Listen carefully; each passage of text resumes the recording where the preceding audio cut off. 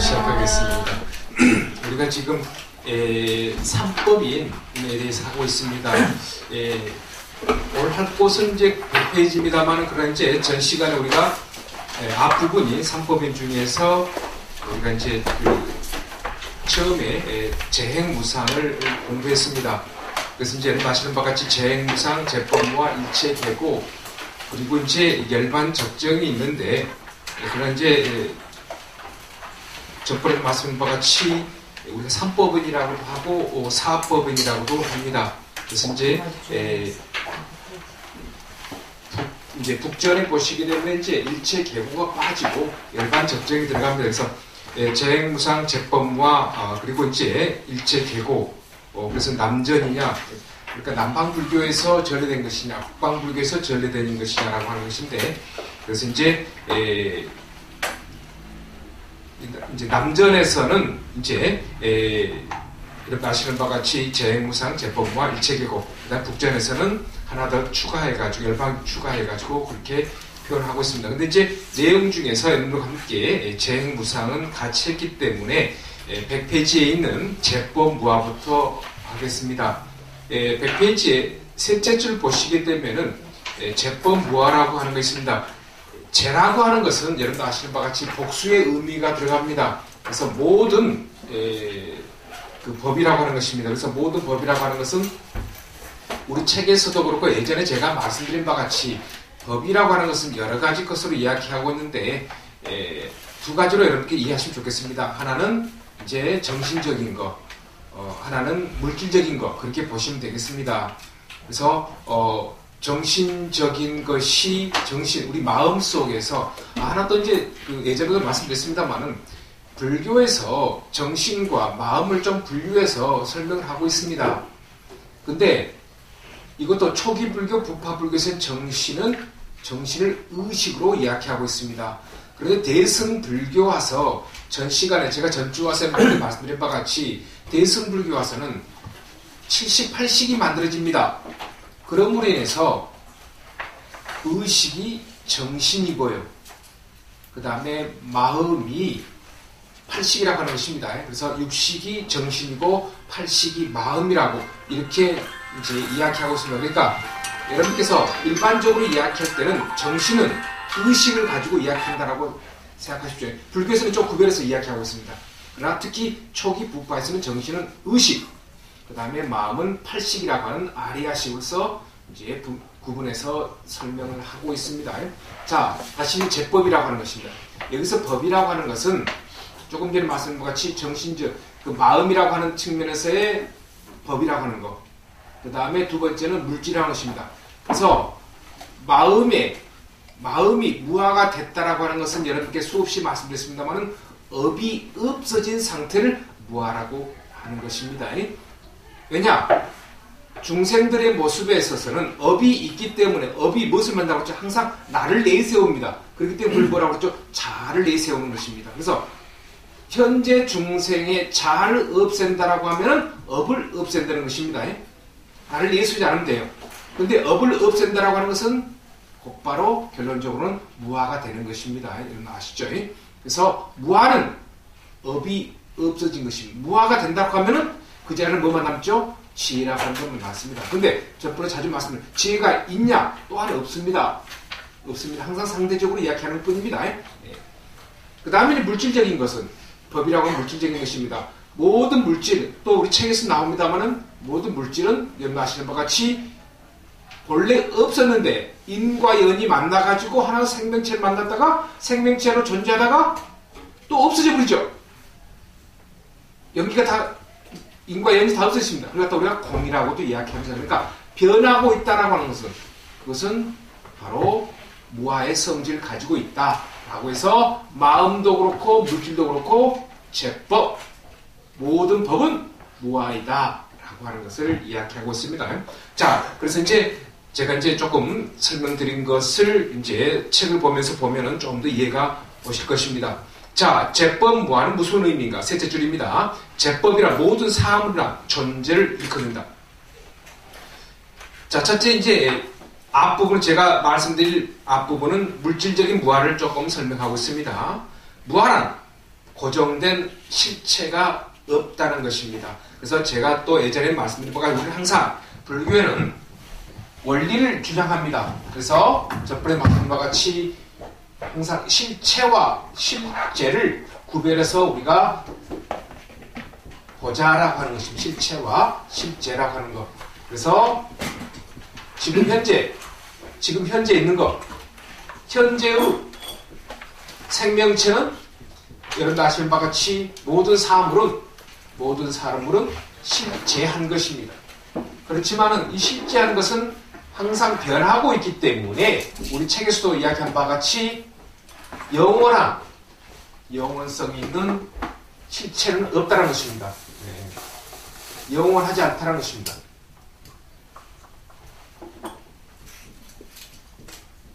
그래서 모든 마음과 물질은 영원하지 않다라고 하는 것입니다. 변하고 있기 때문에 실체가 없습니다. 그런데 우리는 이따 책에도 나옵니다만 우리는 실체한 것인 마냥 생각하고 있습니다. 이것 때문에 무엇이 나오는 것은 실체한 것이냐? 그러니까 이제 첫째 원리를 모르는 것입니다. 원리를 모르는 거고 그 다음에 갖고 싶어하는 소유욕이 강합니다. 이것이 무엇이냐? 바로 집착인 것입니다. 집착이 강하게 되면 현재의 모습을 버리고 갖고 싶어하는, 소유하고 싶어하는 그런 생각만 앞서가는 것이죠. 이것들이 나중에 나오는 내용이 되겠습니다. 이것이 무엇을 만들어내냐? 고통을 만들어내는 것입니다. 고통을 만들어냅니다. 고통이라고 하는 것은 저번에 말씀과 같이 그 다음에 심입니다. 몸과 마음을 조이는 것을 이야기하고 있습니다. 그래서 일체계고라고 하는 내용이 나옵니다만은 모든 고통이라고 하는 것은 결국은 내 마음을 힘들게 하는 거예요. 내 몸을 힘들게 하는 것이고 그리고 또 하나는 내 마음을 힘들게 하는 것입니다. 첫째가 마음입니다. 첫째가 마음이 힘드니까 두 번째 그 증세가 몸으로 나타나는 것입니다. 이것이 일반적인 고통입니다. 이 심신, 신심 이 두 가지가 있기 때문에 그 다음 어떻게 됩니까? 이제 가족관계, 사회관계가 굉장히 힘들어진 것이죠. 그래서 이가 하나의 어떤 그 고통입니다만은 그렇지만은 우리는 현재 것을 볼 줄 안다고 하면은 그 이면의 모습, 실체의 모습을 알게 되는 것입니다. 그 이야기를 지금 여기서 이제 표현하고 있습니다. 그래서 다시 보겠습니다. 무한한 고정된 실체가 없다는 뜻입니다. 모든 존재는 홀로 존재하지 않습니다. 그러니까 스스로 나중에 나옵니다만 스스로 태어난 거 아닙니다. 나무 한 그루가 있더라도 나무가 있게 되면 씨앗이 있는 것이고 씨앗이 성장하기 위해서는 토양과 습기와 그 다음에 태양열이 있어야 됩니다. 그래서 씨앗이라고 하는 것이 인이 되겠고 그 주변의 환경이 연이 됩니다. 그래서 나무 한 그루, 풀 한 포기가 이루어지더라도 생명을 성장하기 위해서는 항상 인과 연이 있어야 된다. 나 또한 그렇습니다. 인간 또한. 그래서 모든 존재는 홀로 존재하지 않고 서로 관계를 맺으며 생겨나고 사라진다. 있다가 없어집니다. 항상 존재하지 않습니다. 그래서 서로 관계, 인과 연에 의해서 이루어집니다.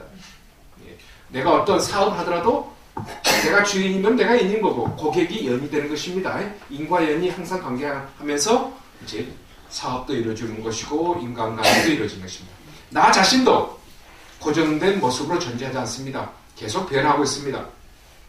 그렇기 때문에 어제의 나와 오늘의 나는 분명히 다릅니다. 나의 연속적인 행위는 있지만 고정된 나의 실체는 없습니다. 연속된 행위는 있어요. 그러니까 현생도 있고 어제 있고 오늘 있고 내일 있습니다. 그 다음에 수행을 않게 되면 내생도 있게 되는 것이죠.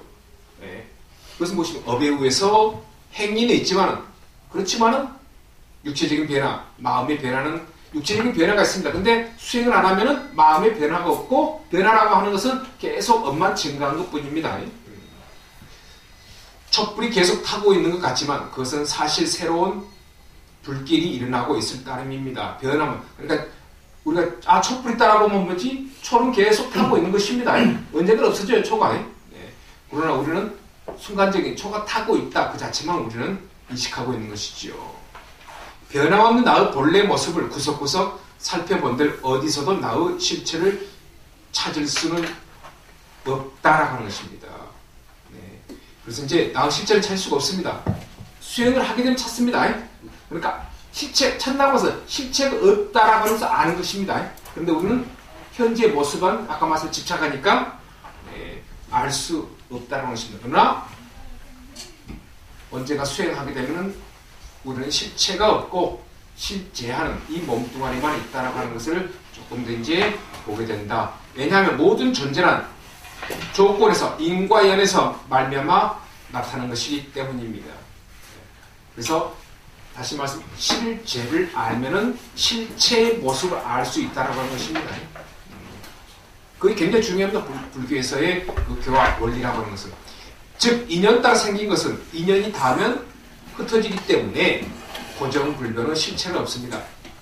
무아의 가르침은 우리에게 자기중심적 이기적인 사고와 아집이 나아자 잡을 집자입니다. 나를 잡고 있습니다. 아집이라고 하는 잡을 집자입니다. 아집입니다. 나만을 내세우는 것. 겸손한 차지만은 뒤로는 또 다른 생각을 갖고 있는 그런 모습들을 이야기하고 있습니다. 그런 것들이 아집이 결국은 번뇌를 만들고 업을 만드는 것입니다. 허망한 것임을 일깨워줍니다. 여기까지가 이제 일반적으로 물질적인 모습을 알자라고 하는 것입니다. 다음은 이제 마음에 대한 이야기입니다. 제가 칠판에도 썼습니다만 무아가 되어 나를 텅 비우고 업이 없어집니다. 아집과 소유욕을 없애면 인연으로 형성된 존재의 실상을 깨칠 수 있게 됩니다. 그래서 또 나중에 나옵니다만은 107페이지 한번 펴보시겠습니까? 예전에 제가 판서에 드린 내용입니다. 107페이지 보시게 되면 위에서 셋째 단락에 제가 이것은 이제 중안경에 있는 내용이라고 한번 말씀드렸습니다. 자, 안부경전에 연기를 보는 자는 법을 보고 연기, 인과 연을 안다라고 하면은 그 사람의 모든 물질적인 것, 정신적인 것 다 볼 수 있다는 것입니다. 그래서 또 법을 보는 자는 모든 생명체, 마음을 보는 자는 인과 연기를 볼 수 있다는 것입니다. 그리고 연기를 보는 자는 부처를 본다. 이거 님자 빠져야 되는 시는 부처를 본다. 앞에 계신 어떤 상을 보는 것이 아닙니다. 내 자신을 봐가지고 내 자신이 안욕다라 삼맥삼보를 증득한 사람이 된다라고 하는 것입니다. 그래서 전번에 말씀으로 부처님께서 깨우쳐가지고 제일 처음에 얻으신 것이 바로 이제 여러 가지 있습니다만 그 중에 연기법입니다. 스스로 이루어지지 않고 신에 의해서 이루어지지 않고 모든 것이 인과 연에 의해서 이루어진다. 그래서 연기를 보는 자는 모든 물질적, 정신적인 것을 보고 그와 같이 정신적, 물질을 보는 자는 인과 연을 볼 수 있다. 그리고 연기를 보는 자는 그 사람은 깨달음을 얻을 수 있다라고 하는 것입니다. 가끔 여담입니다. 이걸 잘못 번역해 열이라고 쓰는 그 책이 있어요. 열에는 틀린 말입니다. 원전에 보시게 되면 붓다라고 되어 있습니다. 붓다라고. 다시 이제 100페이지 오면 되겠습니다. 여러분 서희하신 분들 이거 딱 써가지고 걸으면 너무 좋을 거예요. 아마 너무 좋은 말입니다. 근데 이게 이제 원전은 우리가 지금 한역 실은 이 내용은 한역에는 그렇게 안 돼 있어요. 한문에는요. 한문 안 되겠고 빨리 원전에서 이거 인용하면 빨리 원전에 이렇게 돼 있거든요. 그래서 빨리 원전에 이렇게 돼 있습니다. 그래서 뭐 여러분께서 이제 빨리 원전은 뭐 서해가 붙여놓을 수 없는 것이요. 그 아라비아 숫자적으로 지금 영어 로마자로 되어 있기 때문에 그러나 이제 한글로 멋있게 써놓으시면 좋을 것 같아요. 그건 제 생각입니다. 다시 100페이지. 그래서 뭐 아주 중요하고 이것은 뭐 또 교학적인 측면도 있겠지만은 그냥 수용과 연관된 이야기니까 제가 조금 천천히 했습니다. 아까 말씀드린 것 같이 이제 아집과 소유욕을 없애면 인연으로 형성된 존재 실상을 깨칠 수 있다. 실제 모습입니다. 여법한 모습을 보게 되면 실제 모습을 존재가 어떻게 형성되는가 실상을 볼 수 있다는 것입니다. 모든 사람과 사물이 어우러져 더불어 사는 세계를 이해하고 인과 연의 세계를 안다는 것입니다. 피부 깊숙이 느끼게 되면 인류 화합과 평화가 앞당길 수 있어요. 이건 뒤에 것은 좀 그렇습니다만은 모든 사람과 사물이 어우러져 더불어 사는 세계를 이해한다는 것은, 이것은 조금 이제 다르게 좀 해석하고 싶은 것은 전부 다 언급했습니다. 내가 나의 위치를 알게 됩니다. 내가 지금 어떻게 살고 있는가, 나의 현재 마음, 정신적인 것, 그 현상적인 것을, 내가 지금 어떤 마음을 가지고 있다, 어떤 정신적인 것에 의해서 행동을 하고 있다, 그것을 제일 먼저 알아야 되고 알게 됩니다.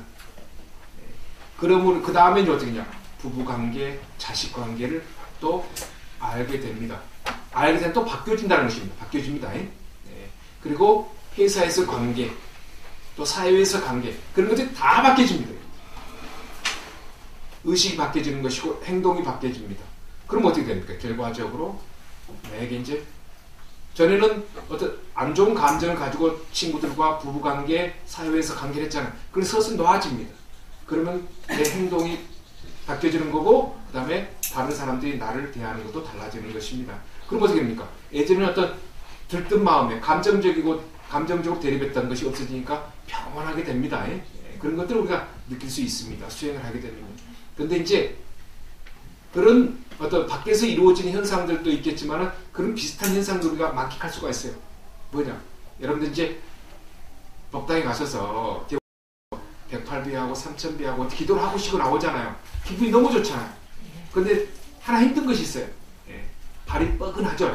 무릎이 뻐근합니다. 그렇지만 기분이 너무 좋죠. 그것이 환희심이라고 표현할 수가 있어요. 참선하신 분들은 이제 선열이라고 그러고, 또 이제 수행하실 법열이라고도 해요. 교학적인 것으로 통해서 이제 기쁨을 만끽하는 것. 그러나 환희심이라고 이야기할 수 있죠. 그러나 우리는 기도를 통해서 이제 우리 환희심을 얻을 수가 있잖아요. 그런 환희심이 우리 절에 와서 환희심이 사회에서 환희심도 얻을 수가 있거든요. 근데 그런 것들을 계속 유지하다 보면 나도 모르게 많은 변화가 오는 게 되는 것입니다. 그런 것들이 이제 첫 번째는 내 자신을 알아야 된다고 하는 것입니다. 그래서 이제 사람과 사물이 어우러져 더불어 사는 세계를 이해한다는 것입니다. 여기서는 큰 테두리에서 언급하고 있습니다만, 그래서 이제 스스로를 보게 되는, 그렇게 되면은 이제 인간관계가 이제 원만하게 된다고 하는 것입니다. 그 다음 세 번째입니다. 일체계고라고 하는 것입니다. 일체계고라고 하는 것인데, 계라고 하는 것은 여기서 한문이 안 써 있습니다만은 이제 다 계라고 하는 것입니다.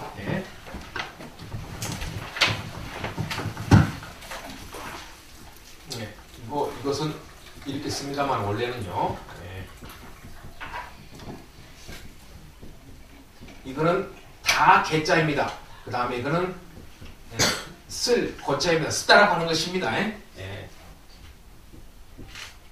일체 계고라고 하는 건 다 개자입니다. 모든 것이 이제 보이다라고 하는 것입니다. 중생들의 세계에서 이야기하고 있는 내용이 되겠습니다. 그래서 전번에 말씀드린 것 같이 우리 불교에서는 이제 사고 팔고가 있다. 생로병사 나중에 나옵니다만 에벨리고 무듣고 그리고 원증해고 마지막에 오원성고라고 하는 내용이 있겠습니다.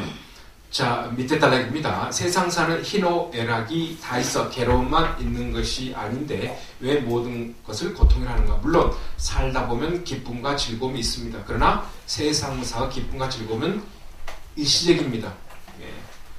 영원하지 않습니다. 기쁨이라고 하는 것도 순간적인 것이고 또 그 다음에 괴로움 또한 순간적인 것입니다. 그러나 이제 기쁨, 즐거움 또 고통을 떠나게 되면은 여기서 놔버리면은 영원한 이제 행복과 영원한 기쁨이 있습니다. 이것은 순간적인 것입니다. 상대적인 것입니다. 기쁨과 즐거움, 고통이라고 상대적인 것입니다. 그리고 나의 기쁨과 행복은 상대방의 슬픔과 불행과 연결된 나타납니다. 생의 이러한 이율배반이 우리를 괴롭게 합니다. 무엇보다도 무상하기 때문에 괴롭습니다. 모든 것이 변합니다. 그러나 이제 아까 말씀드린 바와 소유욕이라든가 아집이 있게 되면은 이제 무상함을 이제 모르게 되는 것이지요. 덧없고 부질없이 흘러가기 때문에 괴롭습니다. 태어났다가 늙고 병들어 죽어가기 때문에 괴롭습니다. 더 괴로운 것은 그렇게 무상함이 있는데 무상함을 모르고 욕망스럽게 행동하고 집착하기 때문에 괴로움이 나타난 것입니다. 기쁨과 즐거움 일시적인 현상에도 불구하고 그것이 영원할 것이라고 생각해서 집착하지만 결국에는 사라져 버리고 만다는 사실에 인간은 절망하고 분노하고 한숨을 쉬게 되는 것입니다. 그러니까 아까 말씀 원리를 알게 되면은, 즉 무상함을 알게 되면은 이제 집착, 욕망, 소유욕이 없게 되는데, 우리는 일상생활에서 실질적으로는 나하고 가깝게 있고 내가 가지고 있는 것은 이제 그런 어떤 무상함의 세계에서 테두리에서 이제 벗어나려고 하는, 그렇게 생각 안 하려고 하는 그런 모습들이 있는 것이죠. 모든 것은 변함으로 고정불변의 실체가 없습니다. 기쁨과 즐거움도 마찬가지다. 그러나 중생은 언제나 자기 중심의 습성에 길들여져서, 습관에 길들여져서, 업에 길들여 있어서 기쁨과 즐거움을 지속하려고 온갖 수단을 다 동원하지만 그럴 수 없습니다. 그 다음에 밑에는 이제 진시황이 이제 여러분들 아시는 불로초 이야기, 그 부분은 제가 생략하겠습니다. 부처님께서는 인간이 가진 이루어지지 않는 욕망을 간파하시고 일체가 괴로움이라고 설파하신 것이다. 그 때문에 부처님의 가르침에 따라 욕망에 불을 끄고 이 세상을 있는 그대로 볼 수 있다면 모든 고통이 사라지고 마음 평안을 구할 것이다 라고 하는 것인데, 이 내용이 바로 그 다음 단락에 있는 또 네 번째인 열반적정의 이야기입니다. 그래서 고를 놔버리면 그 밑에서 나옵니다만, 이제 열반이라고 하는 것은 예전에 말씀드린 바와 같이 두 가지가 있겠습니다. 그래서 전번에 말씀드린 바와 같이 해탈이라고 하는 표현이 있습니다. 해탈이라고 하는 표현이 있고, 그 다음에 열반이라고 하는 표현이 있습니다. 그 다음에 이제 다음 단락에서 열반 적정이 나오니까 연관해서 제가 설명드립니다. 이것은 또 전번에 간단하게 언급을 했습니다. 그래서 해탈이라고 하는, 이 목샤라고 하는 산스크리트의 그 의미는, 이거는 해방, 석방, 그 다음에 구속에서 벗어나는 것입니다. 벗어나는 것입니다. 그런데 지금 우리가 일체 계고를 이야기하고 있습니다. 그런데 해방, 석방, 구속에서 벗어나는 건데, 이 벗어남이 무엇이냐? 고에서 벗어나는 것입니다. 일체 계고에서, 사고 팔고에서 벗어나는 것입니다. 고가 없으면은 이제 번뇌, 법에서 벗어나는 것이 됩니다. 이것은 사전적 의미하고 교학적 의미입니다. 그래서 해탈이라고 하는 것은 여러분 아시는 바와 같이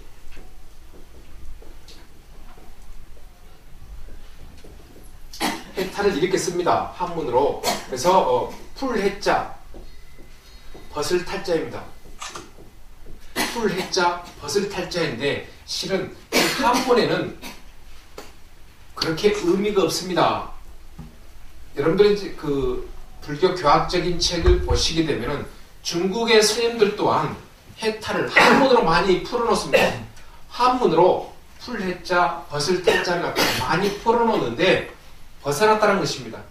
그러니까 여기서 이제 풀해자라고 하는 것은 모든 자연의 원리, 제법의 모습을 알고 거기에서 벗어났다라고 하는 그런 의미로서 대부분 푸는데, 그러나 인도의 사고에 의하면, 교학적인 근거에 의하면은 이 목샤라고 하는 것은 해탈이라고 번역을 해버리지만은, 그러나 후속에서 벗어나는 것입니다. 고에서 벗어나는. 이것이 이제 인도의 사고이고 제일 처음에 표현한 내용이 되겠습니다.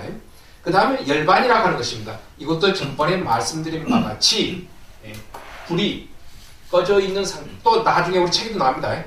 불이 꺼져 있는 상태입니다. 불이 꺼져 있는 상태.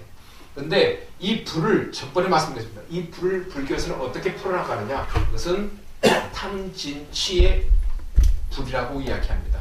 탐진치가 없어버리면은, 여러분 아시죠?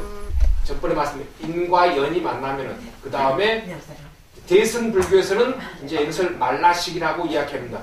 자아집착식, 나를 내세우는 것입니다. 그러나 이것은 대승에서 하나 추가한 것입니다. 대승불교에서입니다. 대승불교에 추가한 것입니다. 대승불교에 추가한 것입니다. 근데 이제 인과 연이 만나면은 초기 부파에서는 탐진치가 나온다. 탐진치가 나오면은 번뇌가 만들어지고 번뇌가 만들어지면 업이 만들어진다. 라고 하는 것이 이제 초기 불교, 부파 불교의 이야기입니다. 그래서 나와 대상과의 만나면 항상 무엇이 나타나냐? 초기 불교, 부파 불교에서는 탐진치가 이루어진다는 것입니다. 그래서 열반의 세계라고 하는 것은 탐진치, 불이 꺼져 있는 상태. 그래서 전번도 말씀드린 것 같이 불이 있습니다. 불이 있는데 불이 있으면은 어떤 자연에 어떤 바람이 분다라든가 어떤 공기가 움직이게 되면은 막 이렇게 막 움직이죠. 그런데 그 움직임이 없어져 버렸다는 것입니다.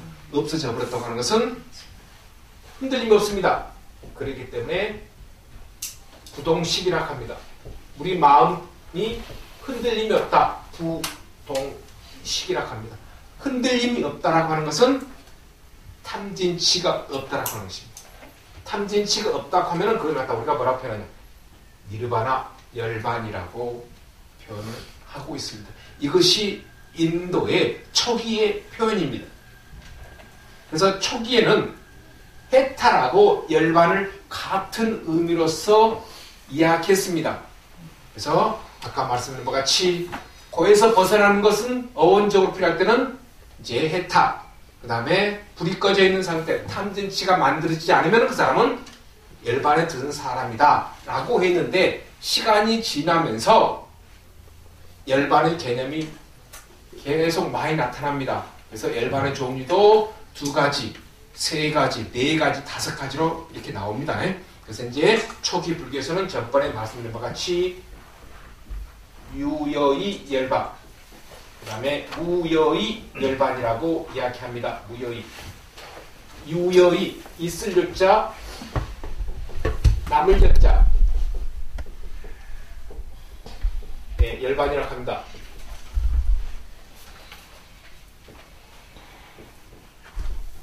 무여의 열반이라고 하는데, 유여의 열반, 이것은 남아있습니다.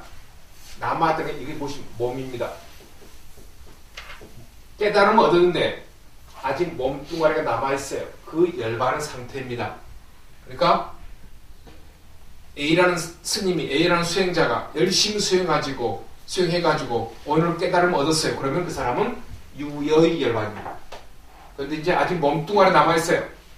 근데 이제 뭐 30년, 40년 있다가 몸뚱아리까지 이제 몸까지 다 여의게 되면은 그 사람을 무여의 열반. 이 사람은 이제 2번 다시 윤회의 세계에 오질 않습니다. 완전히 이제 인간 세계를 벗어난 것이죠. 그래서 열반을 열반을 갖다가 2 종류로 이야기합니다. 이 무여의 열반이 전번에 말씀드렸죠. 이걸 갖다가 또 우리 책에 나옵니다만은 반열반이라고 합니다. 완전한 열반. 2번 다시 이제 태어나지 않습니다. 그래서 반열반이라고 하는데 이거 인도말로 파리 니르바나라고 합니다. 그래서 전번에 말씀드렸습니다. 이걸 뭐라고 그러죠? 원적이라고 한다고 그랬죠? 둥글 혼자, 고야할 적자. 고야할 적자, 원적에 드셨다. 이것도 반열반이라고 합니다. 이것은 또 아까 말씀드린 것 같이 반열반은 무열반, 완전히 윤회에서 벗어나신 분, 2번 다시 인간 세계에 놔두시지 않은 분, 이렇게 이제 시간이 감으로 인해서 열반 사상이 변해가고, 또 대승 유식이 와서는 또 이제 아까 4개로 만들어집니다. 열반 사상이요. 좀 복잡해집니다. 그래서 이제 자세히 간단히 말하면은 유여의 열반, 무여의 열반 플러스 본래 자성청정 열반이라고 합니다. 우리 인간은 전부 다 평등하다. 본래는 깨달은 사람들이었다 라고 해서 본래 자성청정 열반, 유열반, 무열반 3개죠. 또 하나가 붙습니다. 무주체 열반이라고 합니다. 무주체 열반이라고 하는데 없앤 무자, 이제 살주자, 그 다음에 고처자입니다. 어디에도 머무림이 없다는 것입니다. 어디에 머무림이 없다는 열반은 무엇이냐? 이제는 생사를 여의어버렸습니다. 열반도 여의었습니다. 그렇기 때문에 아까 말씀드린 것 같이 유여의 열반의 상태에서 한 30년 남아있다 합시다. 그러면은 대승불교는 보살 그 사상이 깃들여 있는 이제 사상이죠. 그렇다 보니까 깨달은 사람은 남은 생애 동안 보살도를 실천하시오라고 해서 어디에 머물러 있지 않으니까 그 사람은 이제 몸을 놔두어서 보살 행을 하시오. 그래서 깨달으신 분, 육체는 남아있지만은 수행을 해야 되니까 보살도를 행하시오라고 해서 그 사람은 어디에도 머무르지 않는 그런 보살이라고 해서 무주체일반, 그래서 대승 사상에 맞게 평등 사상, 보살상에 맞게 추가해서 열반을 4개로 또 이야기하고 있습니다. 그래서 아까 말씀드린 바와 같이 초창기에는 해탈하고 열반만 이야기했는데 시대별에 의해서 그 시대의 교학사상 또 시대 변천에 의해서 열반사상이 계속 추가됩니다. 그렇기 때문에 전번 시간에 말씀드렸습니다. 우리 학교 선생님들한테 그럽니다. 열반을 이야기할 때 절대 함부로 이야기하지 말아라. 그때는 싸움 일을 한다고 합니다. 왜냐하면 초기 불교에서 이야기하는 열반, 부파에서 이야기하는 중간사상, 공사상에서 이야기하는 열반, 유식사상에서 열반, 선사상에서 이야기하는 열반, 열반이 다 다릅니다. 즉 열반의 개념, 어떤 수행을 해야 되는 그러죠. 각 종파, 학파마다 수행 방법이 다 달라요. 선에서 수행하는 방법, 유식에서 수행하는 방법, 공사상에서 수행하는 방법, 밀리교에서 수행하는 방법, 수행 방법이 다릅니다. 그 다음에 깨달은 위치 다릅니다. 그 다음에 깨달아가지고 어떤 모습을 갖추느냐, 또 그것도 다 달라요. 그래서 스님들한테 그럽니다. 저는 초기 불교에서의 열반 가지고 이야기하겠습니다. 전지하고 이야기하러 갑니다. 그렇지 않으면요, 자기 이야기만 하다가 나중에 멱살이 잡힌다. 그래서 절대 그렇게 이야기하지 말라고. 왜냐하면 스님들은 우리 절에 가면은 지대방이라고 해가지고 차 마시면서 이야기를 많이 하시잖아요. 거기서 이제 자기 어떤 개인적인 수행, 교학적인 것을 펼치게 되잖아요. 항상 언성이 높아집니다. 그래서 저는 이제 그 교학을 가르치는 사람이기 때문에 그런 부분은 좀 유의해서 하시라 라고 이야기해서 합니다. 자, 그래서 제가 간략하게 해탈과 열반, 그런 이제 여러분들 교학적으로 개념적으로만 가지고 계시지 마세요. 여러분이랑 나는 다 언젠가 가지고 갔어요. 빨리 갑시다. 자, 이렇게 깨달음을 구분한다, 이야기한다. 그래서 여러분들께서 이제 집에 가시면은 이제 거사님께서 아니 보사님께서 절에서 이야기한 깨달음 뭐야? 라고 했을 때 이렇게 하십시오. 구속에서 벗어나는 거, 그리고 탐진치에서 벗어나는 거. 그래서 이제 열심히 수행하니까 바라봐주라고 하세요. 열심히 나를 위해서 기도해줘. 나도 열심히 할게. 그런 식으로 이야기하십시오. 이렇게 하면 이제 거사님이 저리 얼른 가라고 그러고 기도 열심히 하라고 그러고 변화가 있으니까요. 목소리의 변화. 또 우리 그러잖아요. 모든 사람을 부처라고 이야기하라고 하죠. 원래 열애장이고 불성을 가지고 있으니까. 그러다 보니까 이제 아까도 제가 이야기를 뺐습니다. 아까 모든 세계를 이해한다고 했죠. 나를 이해하게 되면 좀 이건 조금 앞선 이야기일지 모르지만 어떻게 해서 우리 부부가 만나게 됐는가, 우리 어머니 아버지하고 어떻게 만나게 됐는가, 우리 자식들하고 어떻게 만나게 됐는가. 나는 모르지만 수행을 하면 그것까지 알게 된다고 그죠. 그걸 깜짝 놀란 이야기죠. 등골이 오싹해요. 그때는 이제 우리 아들이 아니라 우리 아드님을 생각하게 되는 거기 돼요. 아이고 전생에 또 나하고 인연이 아버지였을 수 있고 어머니였을 수 있고 할머니였을 수 있고 할아버지였을 수 있잖아요. 좀 예전에 제가 그 고기 먹는 이야기 했는데 그 경전에 나옵니다. 내 밥상에 올라온 고기가 나하고 전생에 인연관계가 있을 수 있다는 것이죠. 우리 모를 뿐이죠. 그 한 입만 봐도 나하고 남편과의 관계, 부인과의 관계, 자식과의 관계, 부모 관계 다 인연이 있는 겁니다. 왜냐하면 허공이 있을 때 중음신이 업을 보고 들어오잖아요. 그죠? 나하고 관계를 보고 들어옵니다. 허공에 있다가. 그래 전부 다 인연이 있는 것이죠. 그런데 현재 나는 수행을 안 했기 때문에 그걸 모를 뿐이죠. 근데 수행을 하게 되면 이런 거 다 안다고 합니다. 나는 교학만 가지고 이야기하고 있습니다. 깊게 생각하지 마세요. 여러분들이 해탈이라든가 열반의 세계에 들어가게 되면 여러분들께서 이제 알고 계실 것입니다. 알게 됩니다. 이제. 자, 그 부분 다시 한번 읽겠습니다. 그 때문에 부처님의 가르침에 따라 욕망에 불을 끄고 탐진치입니다. 이 세상 있는 그대로 볼 수 있다는 여실지계라는 것입니다. 모든 고통이 사라지고 마음은 평안을 구할 것입니다. 모든 고통 바로 해탈, 목자의 의미입니다. 목사라고 안 씁니다. S 밑에 점이 들어가니까 제가 잘못 쓴 거 아닙니다. 인도식 발음으로는 목샤라고 합니다. 목샤라고 합니다. 우리는 니르바나라는 표현을 많이 알고 있습니다만 해탈은 해탈하고 열반의 표기는 다릅니다. 그래서 제가 따로따로 구분해서 설명해 드렸습니다. 자, 맨 밑으로 열반 적정. 마지막으로 열반 적정을 살펴보자. 예전에 한번 열반하고 적정은 같은 의미라고 말씀드렸죠. 열반은 니르바나. 니르바나의 상태를 고유할 적자, 고유할 정자입니다. 그러니까 열반은 상태를 중국에서는 적정이라고 풀이했어요. 그러니까 같은 단어인데 하나는 음으로 표기하고 하나는 뜻으로 표기했던 것뿐입니다. 열반은 산스크리트로 니르바나, 파일리어로는 실은 닙바나라고 하는데요. 원래는 이제 조금 그렇습니다만은 닙바나입니다. 닙바나입니다. 전번에 말씀과 같이 산스크리트는 니르바나, 그러니까 니르바나라는 표현을 많이 쓰고 있어요. 근데 열반이라는 단어는 중국에서 음사할 때 어떤 음으로 가지고 가느냐? 니르바나를 가지고 온 것입니다. 닙바나에서 중국 분들이 역경할 때, 중국 스님들이 역경할 때 닙바나, 파일리어에서 가지고 왔다라고 생각하시면 됩니다. 그리고 예전에 또 말씀드렸습니다. 여러분들 우리가 사용하고 있는 많은 음으로 된 거, 보살도 음이죠. 보리살타, 한문에는 음이 하나도 없습니다. 그 원래 원전의 단어의 의미가 있습니다.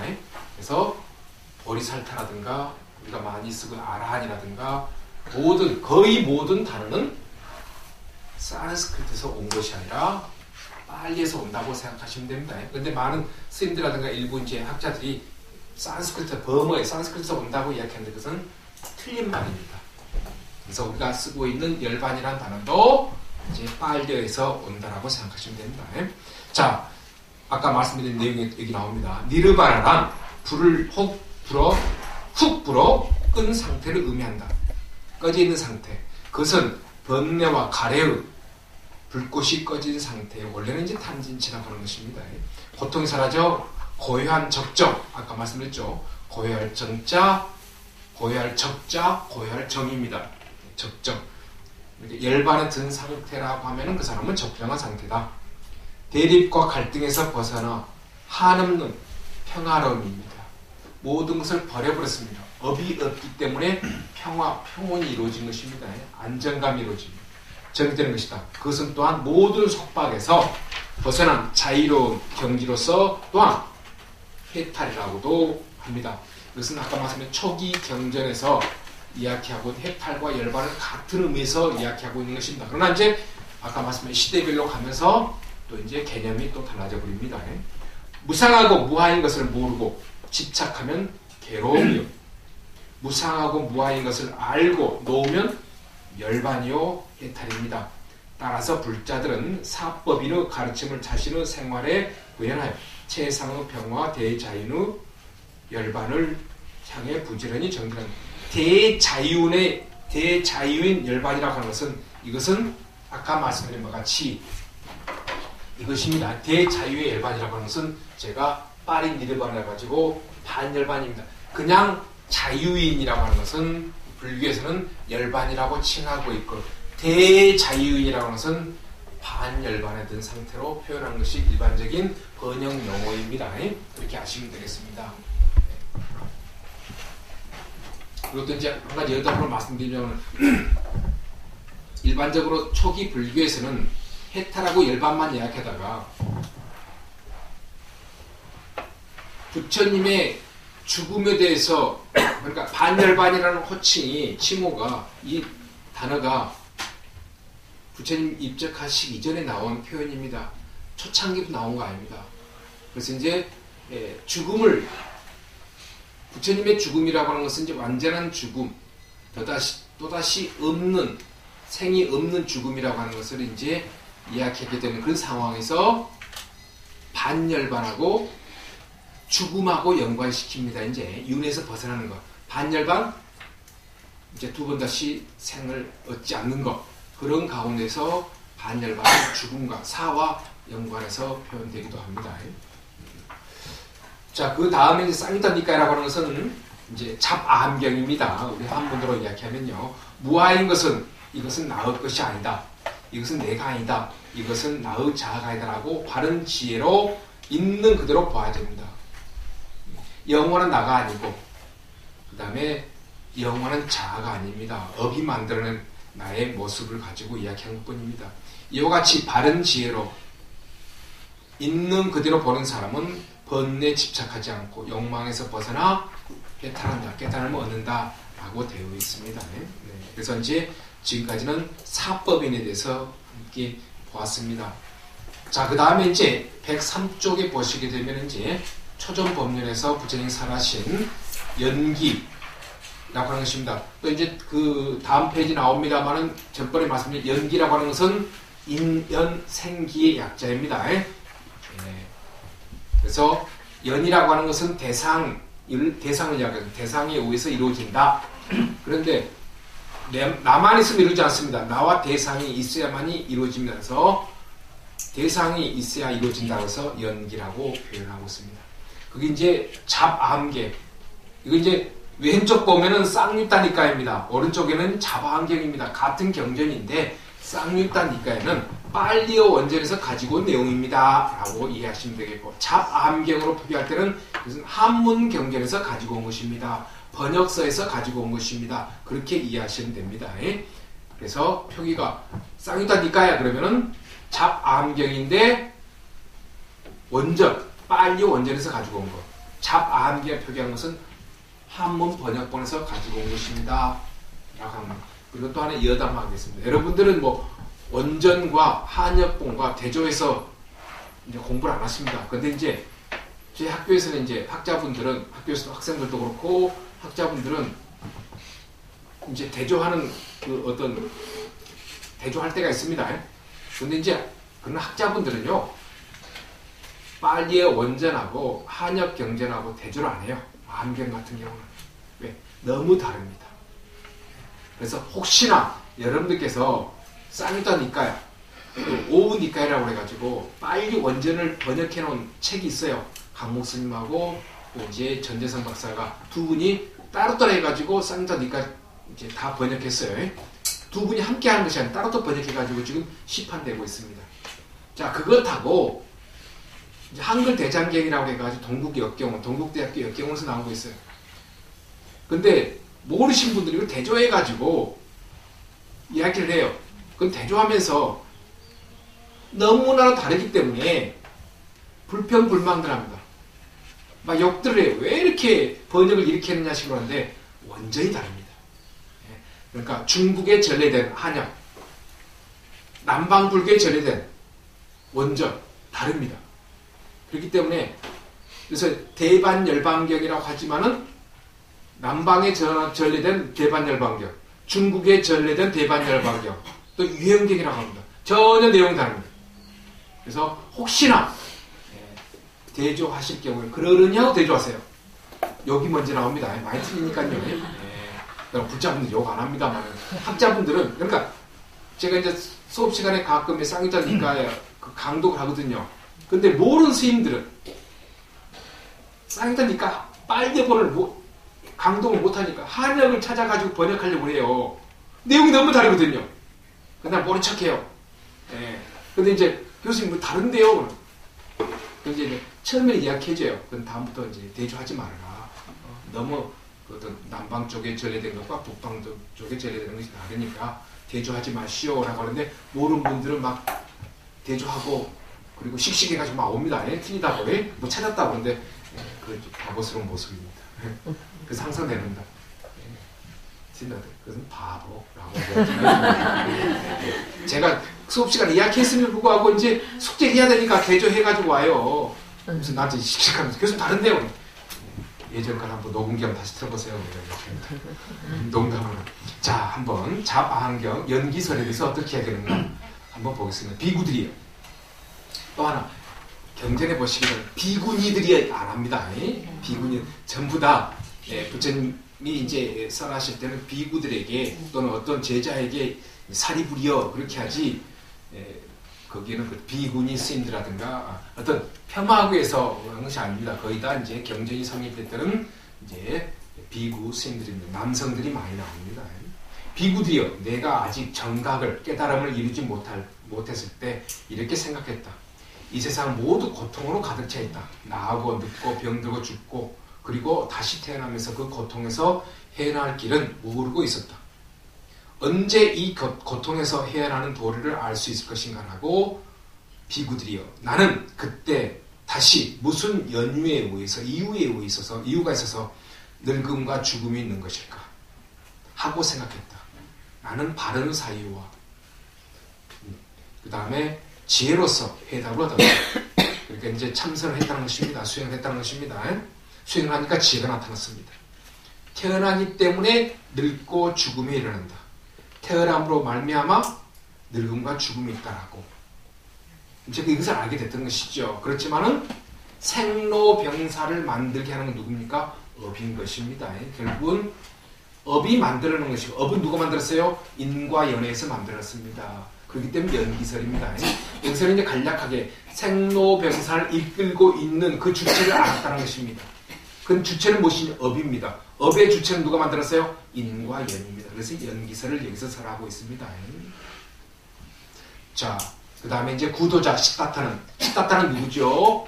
부처님의 성명입니다. 시타타. 네.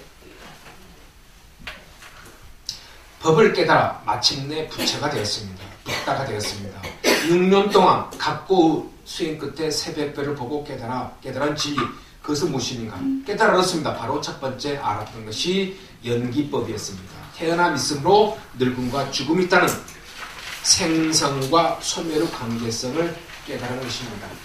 연기란 말미암아 일어난다. 그러므로 인해서 일어난다라고 하는 말로서 여러 가지 원인과 조건에 의지하여 사물이 생긴다는 뜻이다. 따라서 그 원인과 조건이 없어지면 그 사물도 소멸한다는 것이다. 이 연기의 이치를 부처님께서는 이렇게 설명했습니다. 여기 이제 네 구절이 나오는데 이것은 굉장히 많이 인용하고 있고 다 아시는 내용입니다. 이것이 있기 때문에 저것이 있고 항상 인과 연이 있다는 것입니다. 혼자서 이것만이 있어서 이루어진 것이 아닙니다. 이것이 생겨나니까 또 저것도 생겨납니다. 이것이 없어지면은 또한 저것도 없어지고 이것이 사라짐으로써 저것 또한 영원히 사라집니다. 항상 이것이 있으면 저것이 있습니다. 인이 있으면 연이 있다는 것입니다. 그러므로 해서 하나의 생명체가 만들어집니다. 생명체가 만들어졌다가 거기서 스스로 없어지는 것이 아니라 인과 연이 다 없어지는 것입니다. 연기법은 인연법 또는 인과법입니다. 원인과 결과가 있는 것입니다. 인연법은 제가 아까 말씀드렸죠. 인연생기, 여기에서 연기라는 단어가 만들어진 것입니다. 인과 연에 의해서 이루어진다라고 해서 생기의 줄임말이다. 다른 사물은 원인과 주변의 여러 조건에 따라 서로 의지하면서 생성되고 머물다가 그 인연이 다하면 사라진다는 것이 인연법의 가르침입니다. 인과법이란 어떤 원인에 의해 그에 따른 결과가 일어난다는 뜻입니다. 그러나 이것은 실은 물질적인 것을 이야기하고 있습니다. 대부분 연기법은 모든 것은 독자적으로 홀로 존재하지 않고 아까도 말씀드렸습니다만 스스로 일어나지 못합니다. 또 신에 의해서, 불교에서는 신에 의해서 이루어진다라고 이야기하지 않습니다.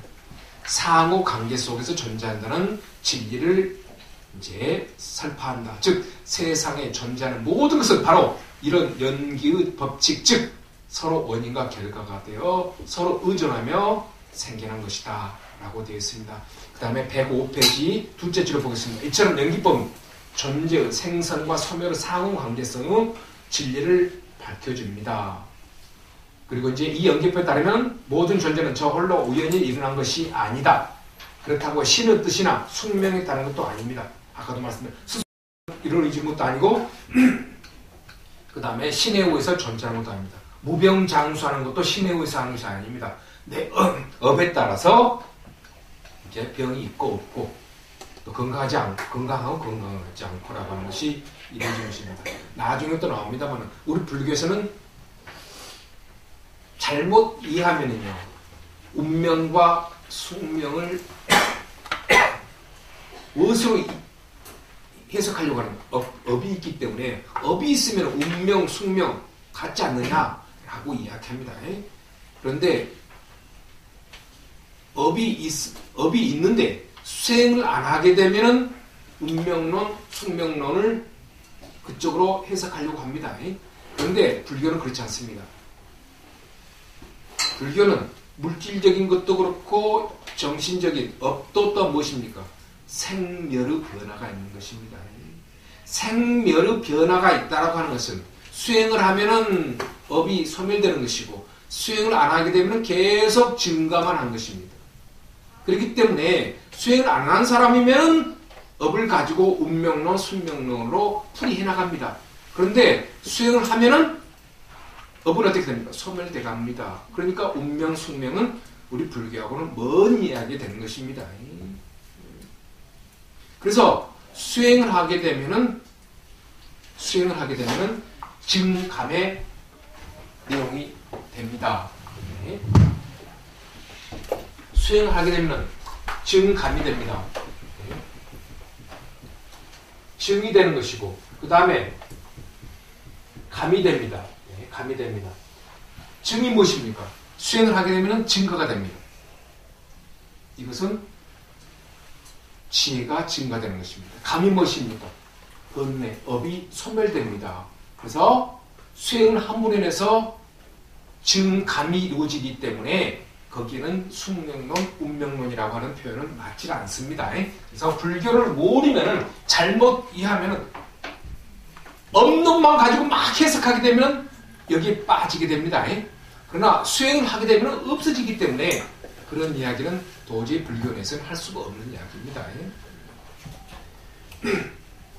그래서 이제 아까 말씀드린 것 같이 이제 숙명 이야기. 그래서 이제 세상을 신이 창조했다 하면 우리는 계속 그 신을 창조한 자를 묻게 된다. 창조서는 아무리 설명해도 그 시온을 알 수 없는 미궁으로 빠지게 만다. 그렇다고 세상 우연히 만들어졌다고 말할 수 없다. 우연히 존재하는 것은 이 세상에 아무것도 없기 때문입니다. 그래서 세상 또한 인과 연에 의해서 만들어졌다. 우주 창조 또한 전부 다 불교에서는 신에 의해서 창조된 것이 아니라 인과 연에 의해서 이루어졌다라고 이야기합니다. 모든 존재가 발생한 데에는 반드시 그럴 만한 원인과 조건, 인과 연이 있게 마련입니다. 맨 밑에 달라게 보십시다. 아까 제가 이제 어느 씨앗이 자라는 것은 씨앗만이 있는 것이 아니라 그와 관련된 환경이 조성되어야 된다. 즉 연이 있어야 된다라고 말씀드렸는데 그 예가 바로 맨 밑에 단락이 있습니다. 배추 경우를 보자. 배추는 배추씨가 원인인데요. 싹을 틔워 자라는 것이다. 상추씨가 배추로 자라는 게 그리고 배추씨가 땅에 뿌려졌다 해도 그 다 배추로 자라는 것은 아니다. 땅의 토양, 수분, 햇빛, 거름 등의 조건에 따라 싱싱한 배추로 자라나기도 하고 자라다가 시들기도 하며 아예 발하지 못하는 경우도 있다. 이렇게 똑같은 원인이 주어졌다 해도 조건에 따라 결과는 달리 나타난다. 하지만 원인 없는 결과는 이 세상에 아무것도 없다라고 하는 것입니다. 이것은 이제 배추를 가지고 이야기하는 것입니다만은 어떤 생명체 안에서 지금 현재 여러분 앞에 있는 채경남이도 영혼이라고 하는 것이 인이 되는 것이고 어머니 아버지가 여인이 되는 것이죠. 태어남의 원인은 그렇게 이루어집니다. 그러나 성장함에 있어서 태어나서 성장하고 교육받잖아요. 그 전부 다 교육받을 때까지는 결혼할 때까지는 내가 혼자 있는 것이 아니라 부모 가족이 있는 것이죠. 가족과 함께 내가 존재하는 것이지 혼자 그냥 독불장으로 존재하는 거 아닙니다. 그래서 우리 삶 속에도 항상 인간이 존재하는 것입니다. 경전의 기록처럼 부처님 어떤 연이 있어서 늙음과 죽음이 있는 것이며 어떤 법을 조건으로 하여 늙음과 죽음이 있는 것일까? 라는 물음을 던집니다. 그리고 깊은 사유 명상을 통해 마침내 해답을 찾아냅니다.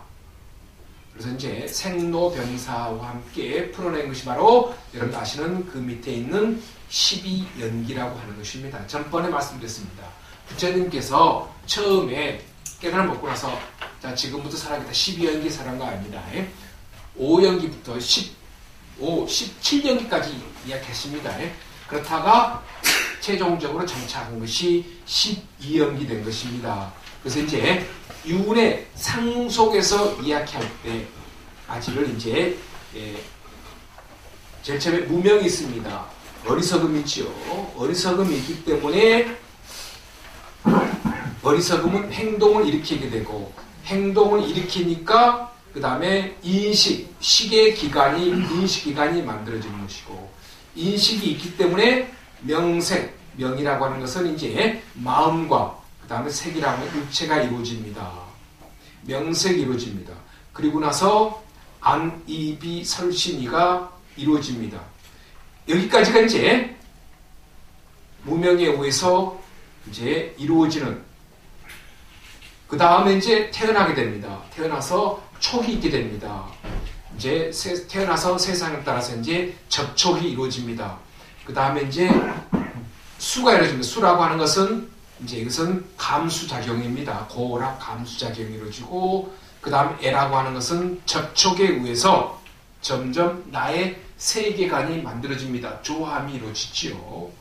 그래서 이제 내가 좋아하는 것은 계속하는 것이고 싫어하는 것은 멀리하는. 그래서 이제 애가 사랑할 애자가 이루어집니다. 그러므로 해서 그 다음에 치활치차가 됩니다. 마침내는 나의 모습이 완고하게 이루어집니다. 그래서 이제 마침내는 나만의 세계관, 어떤 정치관이라든가 등등 모든 것은 나의 습이 이루어지는 것, 취가 나만의 것으로만 이루어지는 것입니다. 취활치자입니다. 자, 그러한 취가 있기 때문에 전생으로서 가지고 있던 무명에다가 그 이제 촉, 수의 치에 의해서 나만의 또 새로운 현생에 있어서 업이 만들어집니다. 그래서 있을 유라고 하는 것은 업을 의미하고 있습니다. 전생의 업 플러스 현생의 업을 이야기를 하고 있습니다. 즉 새로운 업입니다. 근데 수행을 하는 사람이라고 하면은 이 업을 만들지 않지만 우리 중생이다 보니까 있을 유라는 것은 업을 또 새로운 업을 만듭니다. 근데 취라고 하는 것은 견고한 모습입니다. 나의 세계관이 꽉 차 있습니다. 그렇기 때문에 견고함에 딱 아집이 꽉 차 있죠. 취는 아집입니다. 그렇다 보니까 그 아집에 의해서 계속해서 새로운 업만을 만듭니다. 현생의 업을 만듭니다. 그래서 11번 그 업에 따라서 또 어떻게 이루어집니까? 또 태어남이 이루어집니다. 그래서 제가 예전에 화엄경 이야기를 했듯이 업이 있기 때문에 태어남이 있게 되고 태어남이 있기 때문에 업을 만들고 업이 있기 때문에 또 생로병사가 이루어진다라고 해서 예전에 제가 한 장짜리 번뇌가 있기 때문에 업이 만들어진다 라고 하는 자료하고 그 다음에 이제 화엄경 자료를 여러분께 드리면서 말씀드렸습니다. 그래서 그 업에 따라서 새로운 생명체인 탄생, 생을 만들어냈고 그 생이 있기 때문에 이제 또 이제 노사가 늙음이 있고 죽음이 있게 된다는 것입니다. 그래서 이제 옷, 색수상행식이 있어서 늙음과 죽음이 있게 된다라고 하는 것입니다.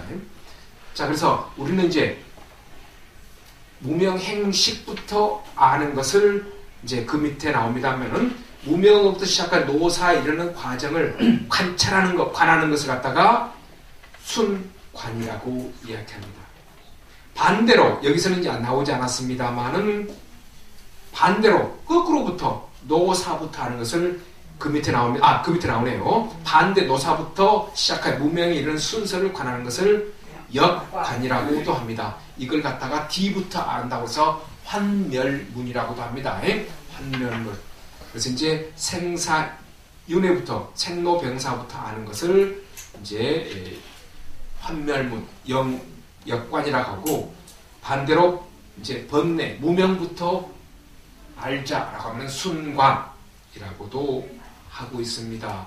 그래서 이제 앞에서부터 보느냐, 뒤에서부터 보느냐라고 하는 이제 표현을 많이 하고 있습니다.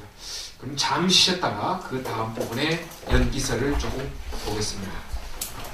생기는 아까 말씀 무명행식으로 이어집니다만, 그래서 무명행식으로부터 공부하는 것은 번뇌가 이루어지는 생기는 그 과정을 보는 내용이 되겠고요. 그 다음에 두 번째 환면문으로서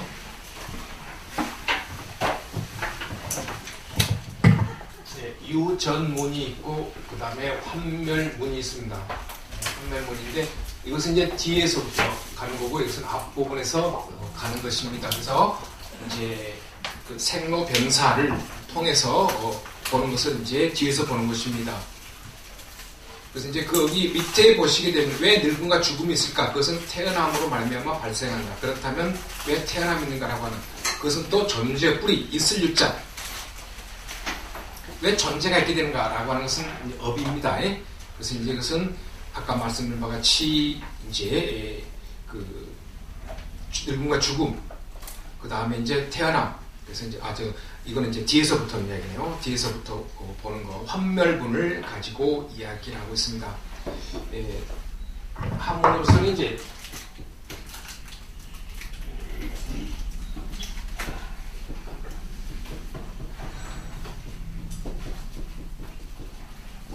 환멸무이라고 이야기를 하고 있습니다. 이제 뒤에서부터 오는 걸 갖다가 보는 것을 이야기하고 있습니다. 그 다음에 이제 107페이지에 중간 단락에 있는 것은 아까 읽어드렸으니까 그 밑에 단락에 연기법은 사실 세계의 현상, 관계만을 설명한 것이 아니라 어떠한 이유에서 고통과 불행이 생겨나고 어떻게 하면 그것을 극복하여 즐거움과 행복의 이상에 도달할 수 있는가 하는 현 인생의 실상을 바르게 깨닫게 합니다. 그런데 아까 말씀한 같이 지금 12연기법이라고 하는 것은 물질적인 것이 아니라 우리 마음을 이야기하고 있습니다. 깨달은 법입니다. 인생의 실상을 바르게 알고 그 바른 인생관에 따라 노력하고 수행해서 이상을, 그러니까 깨달음을 성취하도록 인도하는 것입니다. 그래서 무명을 관한 것이냐, 아니면 무명을 관한 것부터 시작하느냐, 아니면은 노사부터 관하는 것이냐라고 하는 것입니다. 그 다음에 이제 좀 띄어서 108페이지 넘어가겠습니다. 중도인데 이 중도는 예전에 제가 여러분들께 초전법령 관련해서 이야기하면서 언급드린 내용입니다. 그래서 이제 중요한 부분만 여러분께 설명드리고 진행하겠습니다. 거기 이제 율장이라고 하는 것은 이제 스님들에게 주는 이제 그 승가의 어떤 규칙, 규범을 이야기하고 있는 내용들입니다. 그 안에 이제 중도라고 하는 내용이 있기 때문에 이제 여기서 인용하고 있는데요. 비구들이여 출가 수행자는 두 가지 극단을 피한다. 그래서 이제 고락을 이제 당시에는 이제 고락을 이야기하고 있습니다. 그래서 극단주의 수행을 이야기하는 극단주의, 그 다음에 이제 락을 이야기하는 좀 쾌락주의 그런 것을 이야기하고 있습니다. 무엇이 두 가지인가? 첫째는 감각적 쾌락에 몰두하는 것으로 이것은 저해라고 천박하고 하찮고 유익함이 없다. 두 번째는 지나친 고행에 몰두하는 것으로서 이것은 고통스럽고, 제가 고락이라고 했는데 여기서 이제 락을 먼저 설명하고 있습니다. 두 번째는 이제 고를 이야기하고 있습니다. 고통스럽고 저해라고 유익함이 없다. 예로는 이 두 가지 극단에 치우침 없이 중도 고락을 떠나는 것입니다. 당시의 상황의 수행 방법을 이제 비판하면서 나온 것이 중도 수행이라고 생각하시면 됩니다. 중도는 통찰력을 주며 지혜를 주며 평화를 주며 깨달음으로 이끌고 열반으로 이끈다라고 이제 율자 대품에서 이야기하고 있습니다. 중도는 쉽게 말해서 어느 쪽으로 치우치지 않는 것을 말합니다. 고락을 떠난 것입니다. 처음에는 이제 조금 전에 말씀드린 것 같이 극단주의적인 수행, 그 다음에 쾌락을 중심으로 하는 수행, 그런 것들이 있었는데 그런 걸 떠나자라고 해서 이제 중도라고 했던 것이 좀 이제 발전되면서 상대적인 것을 있다 없다 긍정 부정 그런 것을 이제 개념적으로 또 설명하고 있습니다. 불교에서는 여기 나오네요. 있다 없다 유무은 한쪽에 치우치지 않는 진실한 도리, 고락의 양쪽을 떠난 올바른 행법을 가리킵니다. 그래서 저번에 제가 말씀드렸죠. 있다 없다 고락, 유무를 떠난 무엇이 나온다고 그랬죠? 무가 나온다고 그랬죠. 있다 없다의 무라고 하는 것은 제가 예전에 말씀드린 바와 같이 상대적인 무라고 말씀드렸습니다. 있다, 없다, 유무라고 하는 것은 이것은 항상 상대적이라고 말씀드렸습니다. 우리는 있다라고 하는 견해를 이야기할 때가 있고 없다라고 하는 견해를 이야기할 때가 있습니다. 그래서 없다라고 하는 견해를 이야기하면 또 반대로 상대적으로 있음이 존재하는 것입니다. 그래서 항상 어느 한쪽을 두둔하게 되면 거기에서 이제 고통이 따른다는 것입니다. 그래서 이 고통이 뒤따라 있다 없다 또는 긍정 부정 옳고 그름 이런 상대적인 것이 있기 때문에 우리는 여기에서 고통 즉 번뇌 업이 만들어진다는 것입니다. 그래서 유무를 떠나게 되면 제3의 무가 있다라고 제가 예전에 말씀드렸습니다. 옳고 그름 좋다 나쁘다 해서 옳고 그름을 떠나게 되면 정 바를 정자가 있다라고 말씀드렸습니다. 또는 이제 좋다 나쁘다 선악이 있습니다. 선악을 떠나면은 제3의 선 그래서 착할 선자가 있다는 것입니다. 그래서 여기에 있는 것은 전부 다 절대적인 것입니다. 유무를 떠나면은 제3의 무가 나타나고 옳고 그름 정과 사를 이야기하면은 바를 정이 나타나고 그 다음에 선악을 떠나면은 착할 선자 제3의 선이 나타난다는 것입니다. 이것은 상대적인 것이고 이것은 절대적인 것이다. 불교에서 주장하고자 하는 것은 얻게 해주고자 하는 것은 이 절대적인 것을 얻게 해주고자 하는 것입니다. 우리는 항상 그러나 아쉽게도 우리는 항상 여기에 익숙해 있어요. 순간적으로 있다 없다 쪽 긍정 부정 쪽 선쪽 악쪽에 의해서 결론을 내버립니다. 이 잣대에 의해서 우리는 익숙해 왔어요. 그것이 무엇이냐 우리는 습관이 이루어져 있습니다. 순간적으로 어떤 대사를 보면은 예쁘다 매우다 아주 뭐랄까 좋은 곳이다 나쁜 곳이다 아주 나만의 어떤 세계관에 의해서 나만의 업에 의해서 모든 것을 결정지어버립니다. 그런데 그런 것들은 항상 나에게 선업 악업을 만들어내기 때문에 그것은 좋지 못한 것이다 라고 해서 상대적인 것을 떠나게 되면은 거기는 절대적인 것이 나온다. 이것이 바로 중도의 가르침이다 라고 생각하시면 되겠습니다. 이것은 또 예전에 말씀드린 부분입니다. 그래서 이제 그 앞에 1장에 보면 중도는 통찰력을 줍니다. 이제 관하게 해줍니다. 옳고 그름을 알게 해줍니다. 정사를 떠나게 해줍니다. 그래서 전번에 말씀드린 바와 같이 이것들은 전부 다 전번에 말씀드린 바와 같이 이것들은 분별을 만들어냅니다. 분별을 만들어냅니다. 분별은 무엇을 만들어내죠? 업을 만들어내고 또 업이 있기 때문에 분별을 만들어냅니다. 그렇지만 이것은 무엇이죠? 분석을 만들어냅니다. 이 분석은 무엇이 만들어내죠? 지혜입니다. 지혜가 있기 때문에 분석을 만들어냅니다. 옳고 그름을 알아버립니다. 이 세계관을 우리는 이쪽의 편 아니면 이쪽의 편 이렇게 가 있습니다.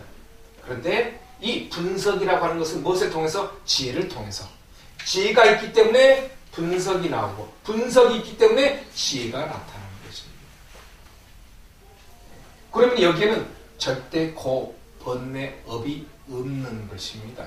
이것이 그러니까 통찰력이라고 하는 것은 이것만 보고 결론을 내는 것이 아니고 이것만 보고 결론을 내는 이거 다 봐버린다는 것입니다. 그래서 밖에 있는 모든 세계관을 다 본다라는 통찰력이 이루어진다라고 하는 이야기입니다. 그러니까 통찰력을 옳고 그름을 다 알아버렸으니까 그 사람은 무엇입니까? 지혜를 가져다 주는 것입니다.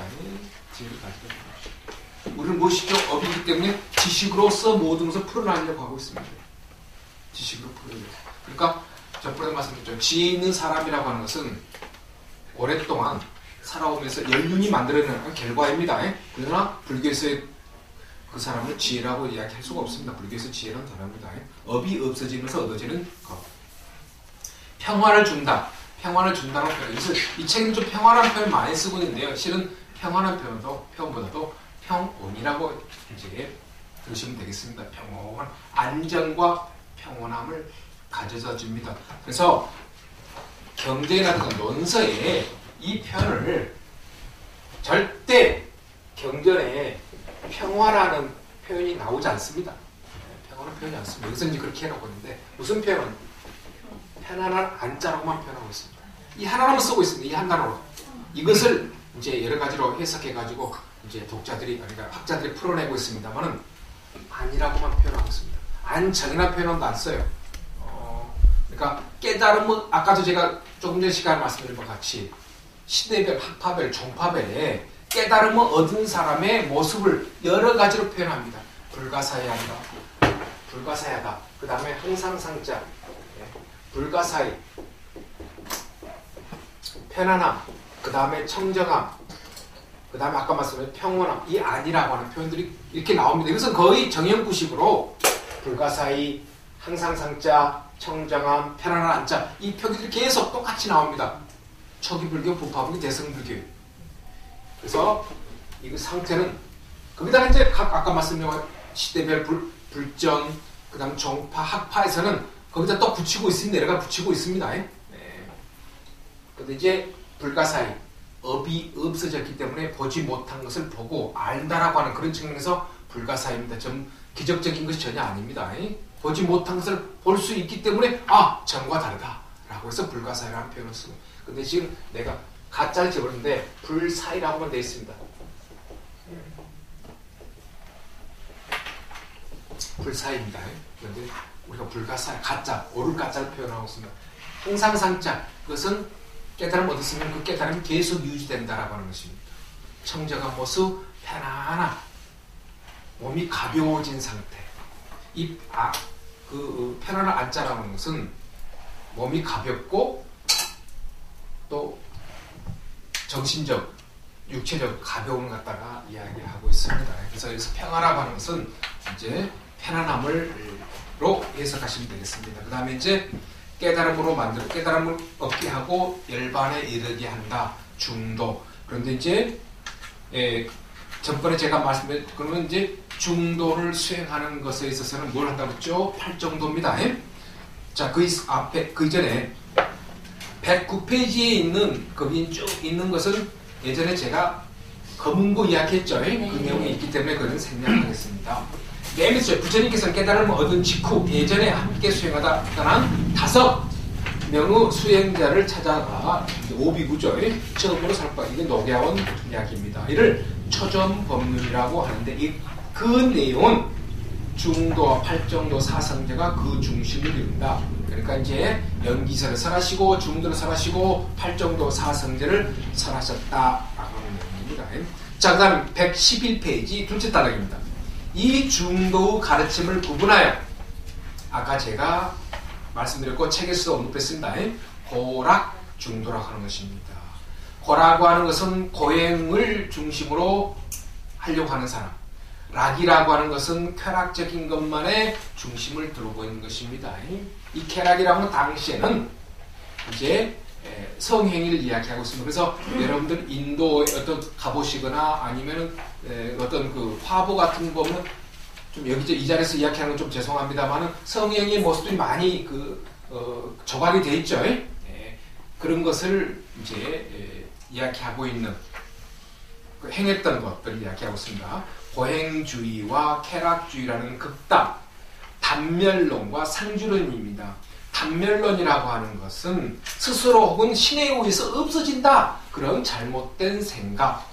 상주론이라고 하는 것은 모든 생명체는 계속해서 이제 어떤 실체가 있어가지고 머무른다는 것입니다. 그러나 불교에서는 그런 거 아니죠. 모든 생명체는 인과 연에 의해서 만들어졌고 인과 연이 닿으면은 생명이 닿으면 없어진다는 것입니다. 그래서 신에 의해서 아니면 스스로에 의해서 없어지는 그런 단멸론, 아니면 실체가 있어가지고 계속 있을 것이다 라고 하는 그런 잘못된 생각, 상주론, 단멸론과 상주론이라고 하는 극단,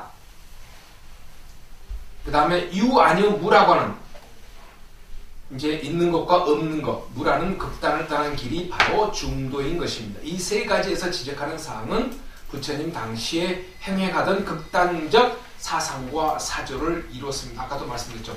부처님 중도 사상이라고 부처님께서 갑자기 설하신 것이 아니라 당시의 상황이 그러했기 때문에 나온 것입니다.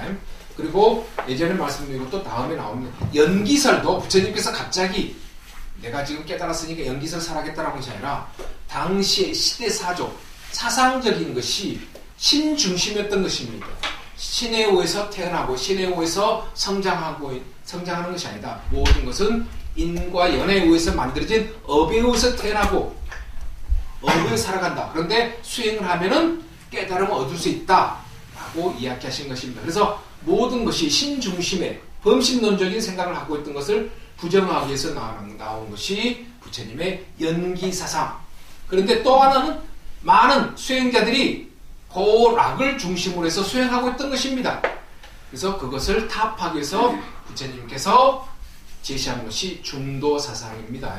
그래서 만약에 인도의 신중심 또는 고락에 의한 수행 중심이 없었다고 하면 중도사상, 연기설 안 나왔을 거예요.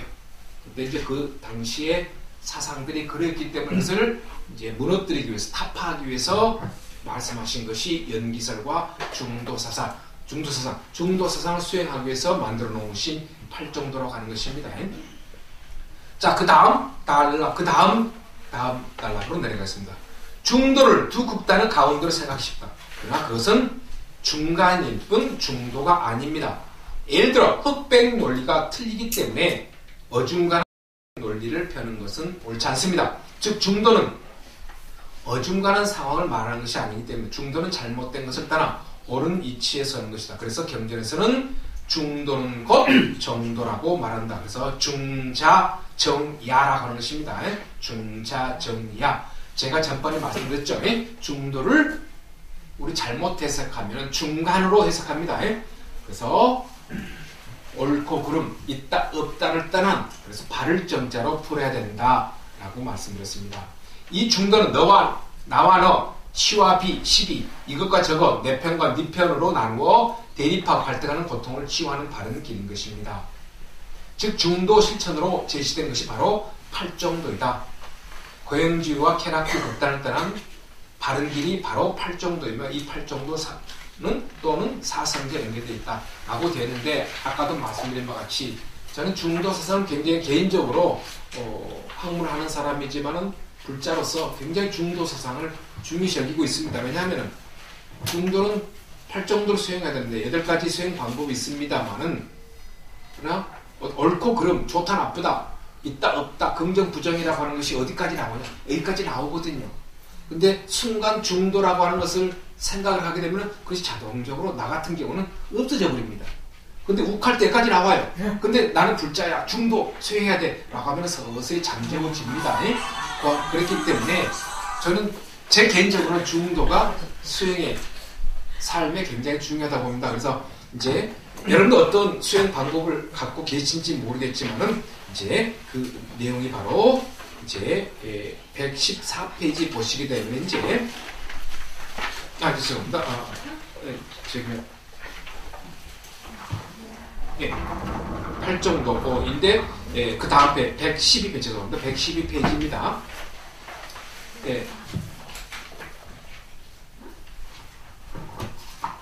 110페이지. 부처님께서는 이제 내세나 영혼의 문제와 같은 형이상학적인 질문에 대답, 이제 그대에 침묵하셨습니다. 이것을 없을 무자, 기록할 기자, 무기라고 합니다.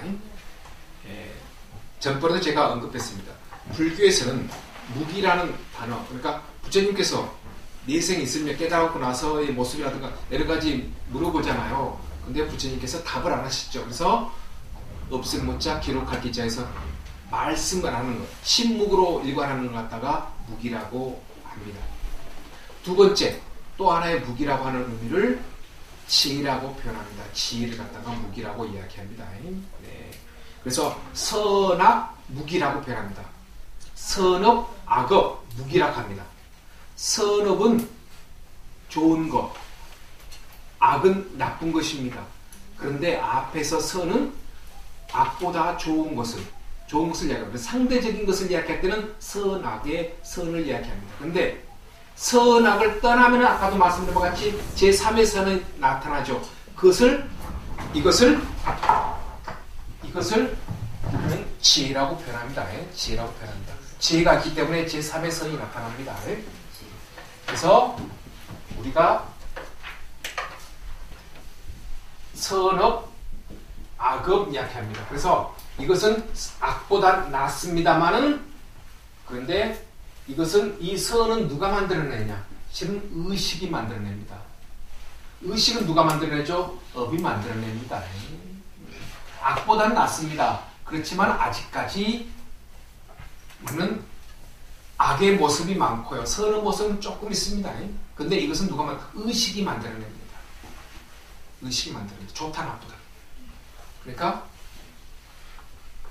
좋은 것이지만은 머리 굴려가지고 이익이 있는 것이면 선한 행위하고, 이익이 없으면 악한 행위합니다. 의식이 만들어낸, 머리 굴려서 만들어낸 것들. 근데 그 토대는 무엇입니까? 법입니다.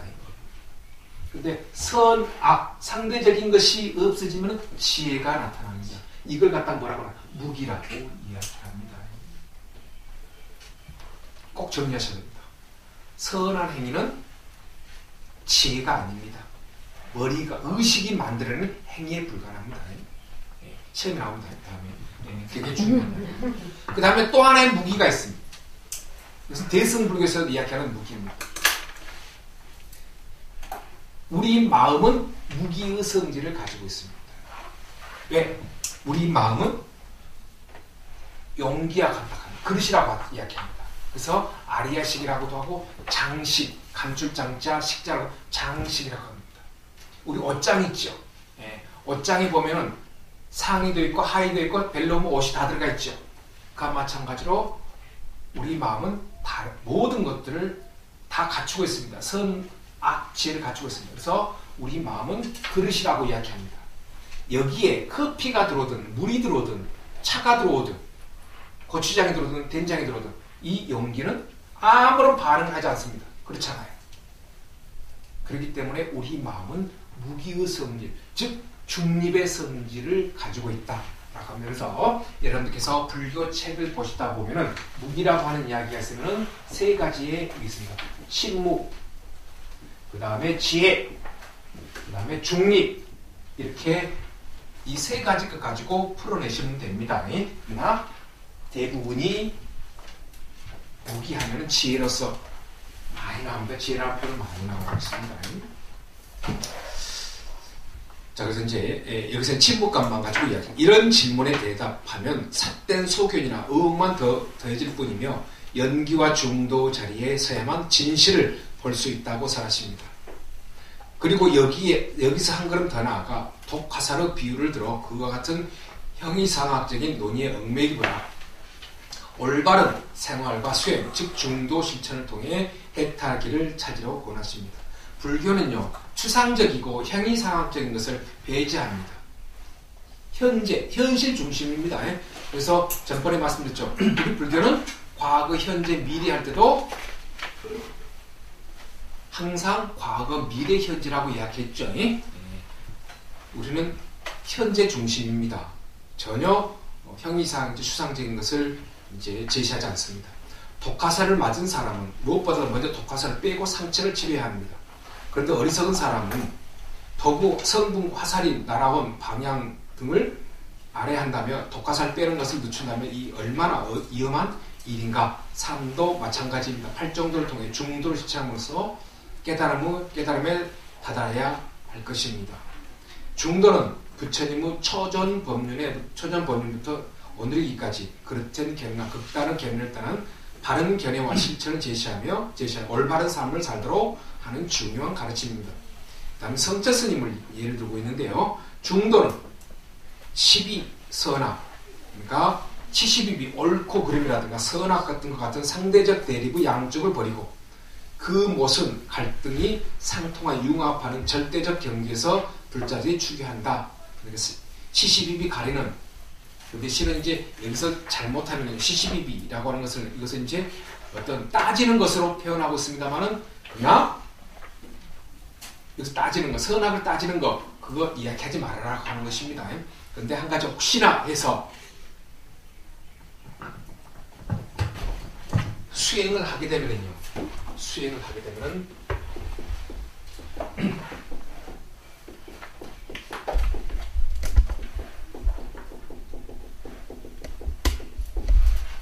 72비를 알아버립니다. 아까는 싸움입니다. 따지는 것입니다. 그런데 수행을 하다 보면은 이 시시비비를 알게 됩니다. 그래서 시시비라는 표현을 이건 오를 시자입니다. 오를 시자입니다. 이건 아닐 글자입니다. 중요합니다. 시시비. 요즘 우리 한국에서는 원래 불교 용어인데 불구하고 이것은 아까도 말 따진다. 그런 표현으로 많이 이야기하고 있습니다. 그런데 불교에서는 원래 의미는 다르게 표현하고 있습니다. 시시비. 그 다음에 조금 전에 제가 써드린 바와 같이 정과 사입니다. 오를 정자, 그 다음에 그릇대 사자입니다. 정과 사입니다. 시시비비를 아는 사람이면 그 사람은 승해한다고 합니다. 불교에서 승해라는 표현을 많이 쓰고 있습니다. 이길 승자, 이길 승자입니다. 그 다음에 풀해자, 아까도 말씀드렸죠. 풀해자입니다. 풀해자입니다. 승해의 상태 잃은 사람이라고 이야기합니다. 승해의 상태, 수행을 해야만 이루어집니다. 그 다음에 정사, 이것은 무엇이냐? 바로 정의, 정할 정제, 정의 이루어져야 됩니다. 고해할 정자로 이야기합니다. 정의 이루어져야 됩니다. 근데 그 기본 바탕은 수행을 해야 됩니다. 이것은 무엇입니까? 여기서 이야기하는 정의 이루어져야 됩니다. 삼매를 경험을 많이 해야 됩니다. 삼매 경험. 그래서 정과 사가 이루어지고 시시비비가 이루어진다 하면은 이것은 바로 아까 말씀드린 바와 같이 그 사람은 분석을 할 줄 아는 사람입니다. 무엇에 의해서? 지혜에 의해서. 그렇기 때문에 중요합니다. 시시비비를 분석할 때 앞에 어떤 사람이 싸움을 합니다. 다툽니다. A하고 B하고 다툽니다. 근데 나는 이제 다음을 위해서 A라는 사람 택할까? B라는 사람 쪽을 택할까? 우리는 순간적으로 이야기합니다. 근데 수행하신 분들은 아까도 제가 니르바나 뭐라고 했죠? 불이 꺼진 상태죠. 부동식이 흔들림이 없어요. 그러니까 그 사람들의 모습을 보고 말의 모습, 행동의 모습을 보면은 시시비 옳고 그름을 알아버립니다. 그것이 이루어졌다고 해서 승해라고 이야기합니다. 이길 승자, 풀해자입니다. 알아버려요. 그 다음에 지금 내가 어떤 행동을 하고 있는데 어떤 모습을 취하고 있는데 어떤 직장을 다닌다라든가 회사를 다니죠. 그러면서 이것이 옳은 일인가 그릇된 일인가라고 하는 것을 알아버립니다. 그것은 바로 정의라고 이야기하는데 이것은 철저하게 수행이 이루어집니다. 수행이 이루어지면은 즉 업이 거의 소멸돼 가면은 이런 것들이 이루어집니다. 수행이 이루어집니다. 그런데 수행이라는 것은 참선, 선이 이루어집니다. 그래서 그걸 갖다가 정의라고 이야기하는데 이걸 갖다가 삼마티, 이거 뭐라 해서 삼매의 상태에 들어가. 삼매를 정의라고 하는 것은 중국에서 정의라고 해버렸습니다. 원래는 인도에서 삼마지 또는 삼마제라고 하죠. 삼마. 그런 이제 인도말로 삼마디. 우리는 그 줄여가지고 삼매라고 이야기하고 있습니다. 삼매를 많이 경험한 것이 무엇이죠? 정신 집중 통일이 이루어집니다. 산란함이 없어지는 것을 많이 수행을 통해서 얻어집니다. 그 삼매, 정신 집중이 이루어지면은 모든 물질의 현상들, 정신적인 현상들을 볼 수 있는 계기가 됩니다.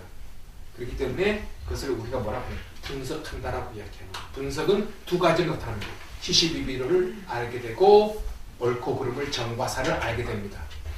그것은 곧 시혜가 있기 때문에 얻어진 것이다 라고 아시면 됩니다. 그러니까 여기서는 시시비비는 따진다라고 하는 표현입니다만은 그러나 불교에서의 시시비비는 분석을 통해서 아는 것, 지혜를 통해서 아는 것이라고 이해하시면 되겠습니다. 이 표현은 대승불교에 나오면 굉장히 많이 수행과 연관해서 표현되고 있으니까 제가 말씀을 드렸습니다.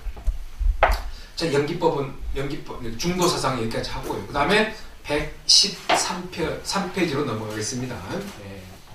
자, 사성제 8정도입니다. 아까 조금 전에 언급을 했습니다만 사성제라고 하는 이제 고진 별도가 나옵니다만 그리고 8정도는 8가지의 모습입니다. 자, 그 밑에 좀 읽어보겠습니다. 연기법과 사법인 이제 재무상 재법무와 일치적이고 열반적정 가르침은 세상의 본래 모습을 볼 수 있게 해준다. 원리를 알게 해준다는 것입니다. 여기에서 더 나아가 현실의 고통에서 벗어나 진리를 구현하는 길을 가르쳐주는 것이 바로 사성제이다. 그 사성제는 네 가지 성스러운 것이다 라고 해서 이제 그 밑에 네 가지 진리가 있다. 무엇이 네 가지 진리인가? 이른바 괴로움의 진리, 고성제, 괴로움이 일어나는 원인에 대해서 하는 건 고집성제, 괴로운 소멸에 대한 진리, 고멸성제, 괴로움을 소멸하는 길에 대한 진리, 고멸도 이제 그 역성제라고 되어 있습니다. 사성제란 괴로움과 괴로움 원인과 괴로움의 소멸과 괴로움을 소멸하는 길에 대한 가르침이다. 그래서 이를 줄여서 고진멸도 네 가지 성스러운 진리, 즉 사성제라고 합니다. 그 다음 달에 먼저 고성제를 보자. 그것은 괴로움에 대한 성스러운 진리라는 의미다. 왜 고통이 성스러운 진리일까? 그것은 고통을 바로 보고 느낄 때 그 고통에서 벗어날 수 있기 때문이라는 것입니다. 그러니까 우리는 이제 고통 그냥 인내심을 가지고 그냥 지나가면 되겠지라고 하는 것인데 불교에서는 왜 그 고통이 이루어지는가라고 하는 것을 보자고 하는 것입니다. 사법인에서도 설명했듯이 인간은 생로병사 고통 속에서 살아가고 있다. 인간에게는 이 네 가지 고통 외에도 생로병사입니다.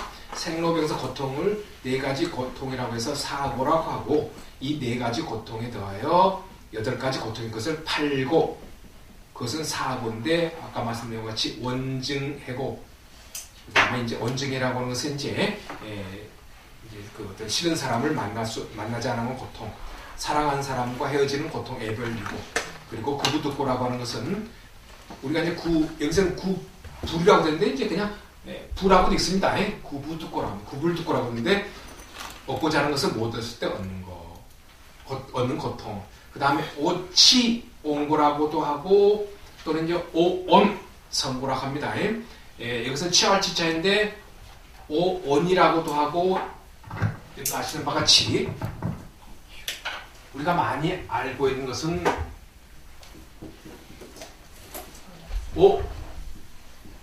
이것은 응달 응자입니다. 그 다음에 또 하나는 이제 오원성고라고도 하고 있죠. 같은 표현입니다. 그래서 이제 여기는 오치라고 하는 것인데 이것은 이제 그렇게 많이 사용되지 않는 것입니다. 그래서 이제 우리가 일반적으로 오원성고 이것은 올원자입니다. 올원자입니다. 그래서 이제 여러분 아시는 바와 같이 5가지입니다. 색, 수, 상, 행, 식이라고 해가지고 이것을 우리가 5가지 오원이라고 이야기를 하고 있습니다. 근데 이제 오치성고라고도 하고 오음성고라고도 하고 오원성고라고도 합니다. 근데 한 가지 여러분께서 알아주시면 하는 것이 어쩔 수 없습니다. 이렇게 다 사용합니다. 근데 음다름자라고 하는 것은 오음이라고 하는 것은 이것은 옛날 표현입니다. 그래서 이것을 우리가 뭐라고 하냐 구역 용어라고 합니다. 이것을 신역 용어라고 합니다. 옛날 표기는 몸뚱아리를 우리 몸을 감각기관 색수상 형식을 오음성고라고 표현했던 것입니다. 구역입니다. 타종계 구역 신약 아닙니다. 그러니까 7세기 이전에는 오음으로 표현했고 7세기부터는 오원이라고 표현했습니다. 그렇게 표현하시는 그리고 또 이제 응달음이라고 해서 어떻게 안 좋은 것이 아닙니다. 여러분들 또 제가 가끔 쓰는 표현입니다만은 죽고 나서의 모습을 뭐라고 그러죠? 중음신이라고 합니다. 그래서 가운데 중자 여기서 이제 중음신 그래서 응다른 음자를 쓰고 있습니다. 여기서 이제 이 음이라고 하는 것은 왜 음을 쓰느냐 허공에 있을 때 몸뚱아리를 가지고 있다고 해서 오륙스의 몸을 가지고 있다고 그랬죠. 그래서 오륙스의 몸을 가지고 있다고 해서 이 중이라고 하는 것은 여러분 아시는 바와 같이 죽을 때의 모습을 우리가 사유, 죽을 사자, 있을 유자. 그 다음에 태어남을 갖다가 생유라고 합니다. 생유라고 합니다. 그래서 죽음의 순간부터 태어남의 순간을 이야기하고 있습니다. 죽음의 순간부터 태어남의 순간, 이 사이에 중간에 있다고 해서 여기서부터 여기까지 있다고 해서 가운데 중자를 쓰고 있을 뿐입니다. 그런데 가운데 있다고 해서 우리가 중자 쓰고 그 다음에 유를 씁니다. 유를 씁니다.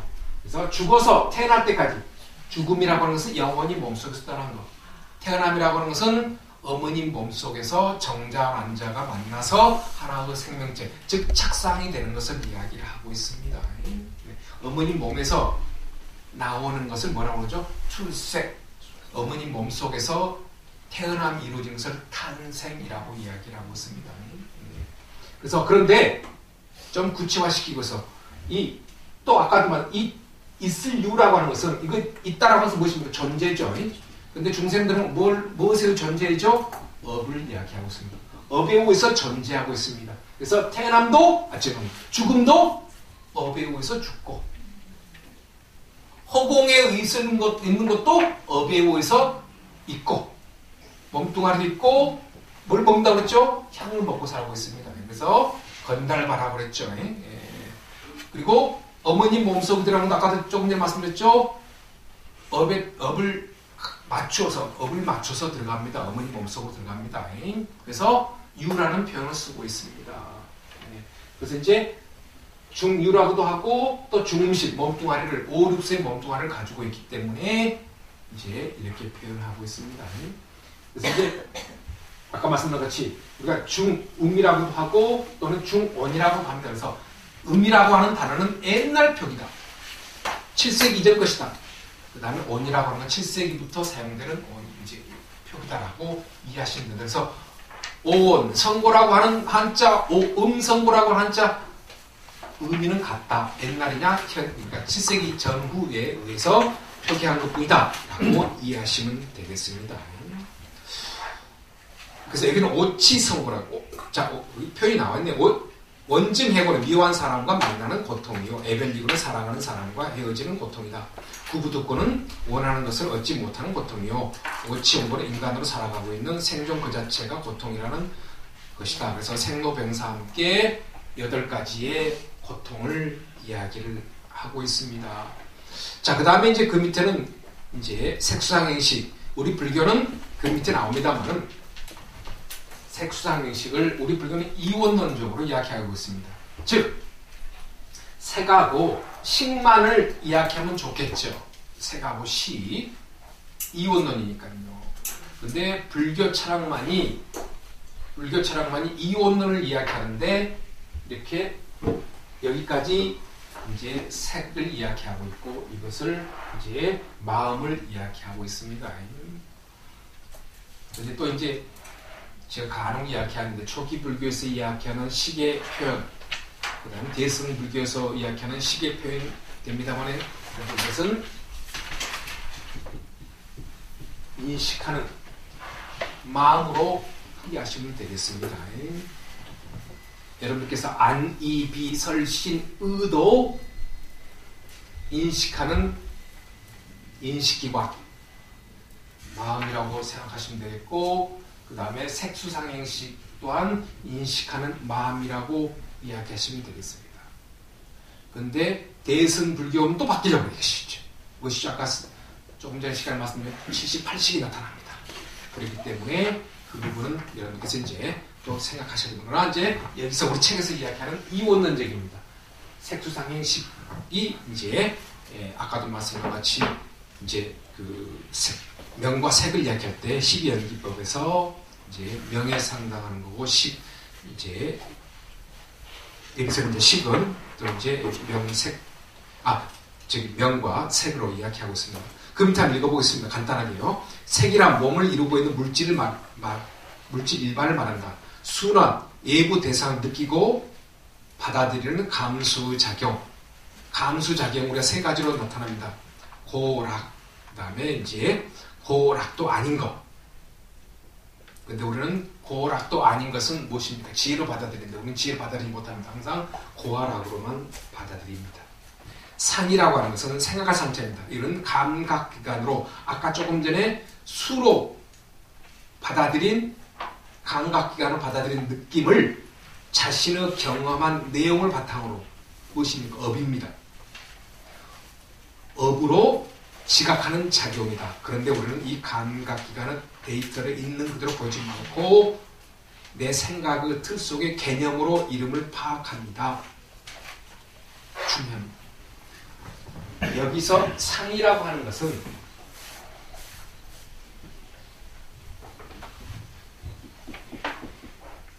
이 상이라고 하는 것은 조금 전에 책에서 말씀드린 것이 개념을 이야기하고 있습니다. 그런데 이 개념이라고 하는 것은 어디에서 나타나느냐? 업에서 나타납니다. 업에 의해서 나타납니다. 자, 이 개념은 언어와 그 다음에 대부분 우리는 언어에 의해서 이루어집니다. 그 다음에 이제 표상작용이라고 해가지고 이제 우리를 말하는 그림으로 나타납니다. 그림, 영상으로 나타납니다. 영상으로 나타납니다. 예를 들어서 이윤의 사상 그러면 여러분께서 여러분 나름대로 갖고 계시는 이윤의 사상이 의식 속에 떠오릅니다. 그런데 제가 조계사 그러면 조계사가 뭐로 떠납니까? 그림으로 떠나죠. 이것을 표상작용이라고 이야기합니다. 그림 영상입니다. 그런데 이것을 통틀어서 개념으로 우리는 여기서 칭하고 있습니다. 그래서 이 개념은 아까 말씀드린 바와 같이 전부 다 내가 그동안에 만들어 놓은 업에 의해서 업이 의식으로 나타난 것입니다. 자, 그런데 우리는 이 개념이라고 하는 건 상대적인 것이기 때문에 항상 우리는 또 업을 만듭니다. 업을 만듭니다. 그래서 이것은 과거의 모습이 나타난 것 뿐입니다. 그래서 여러분들 스님들께서 무엇을 없애라고 그러죠? 상을 없애시오라고 하죠.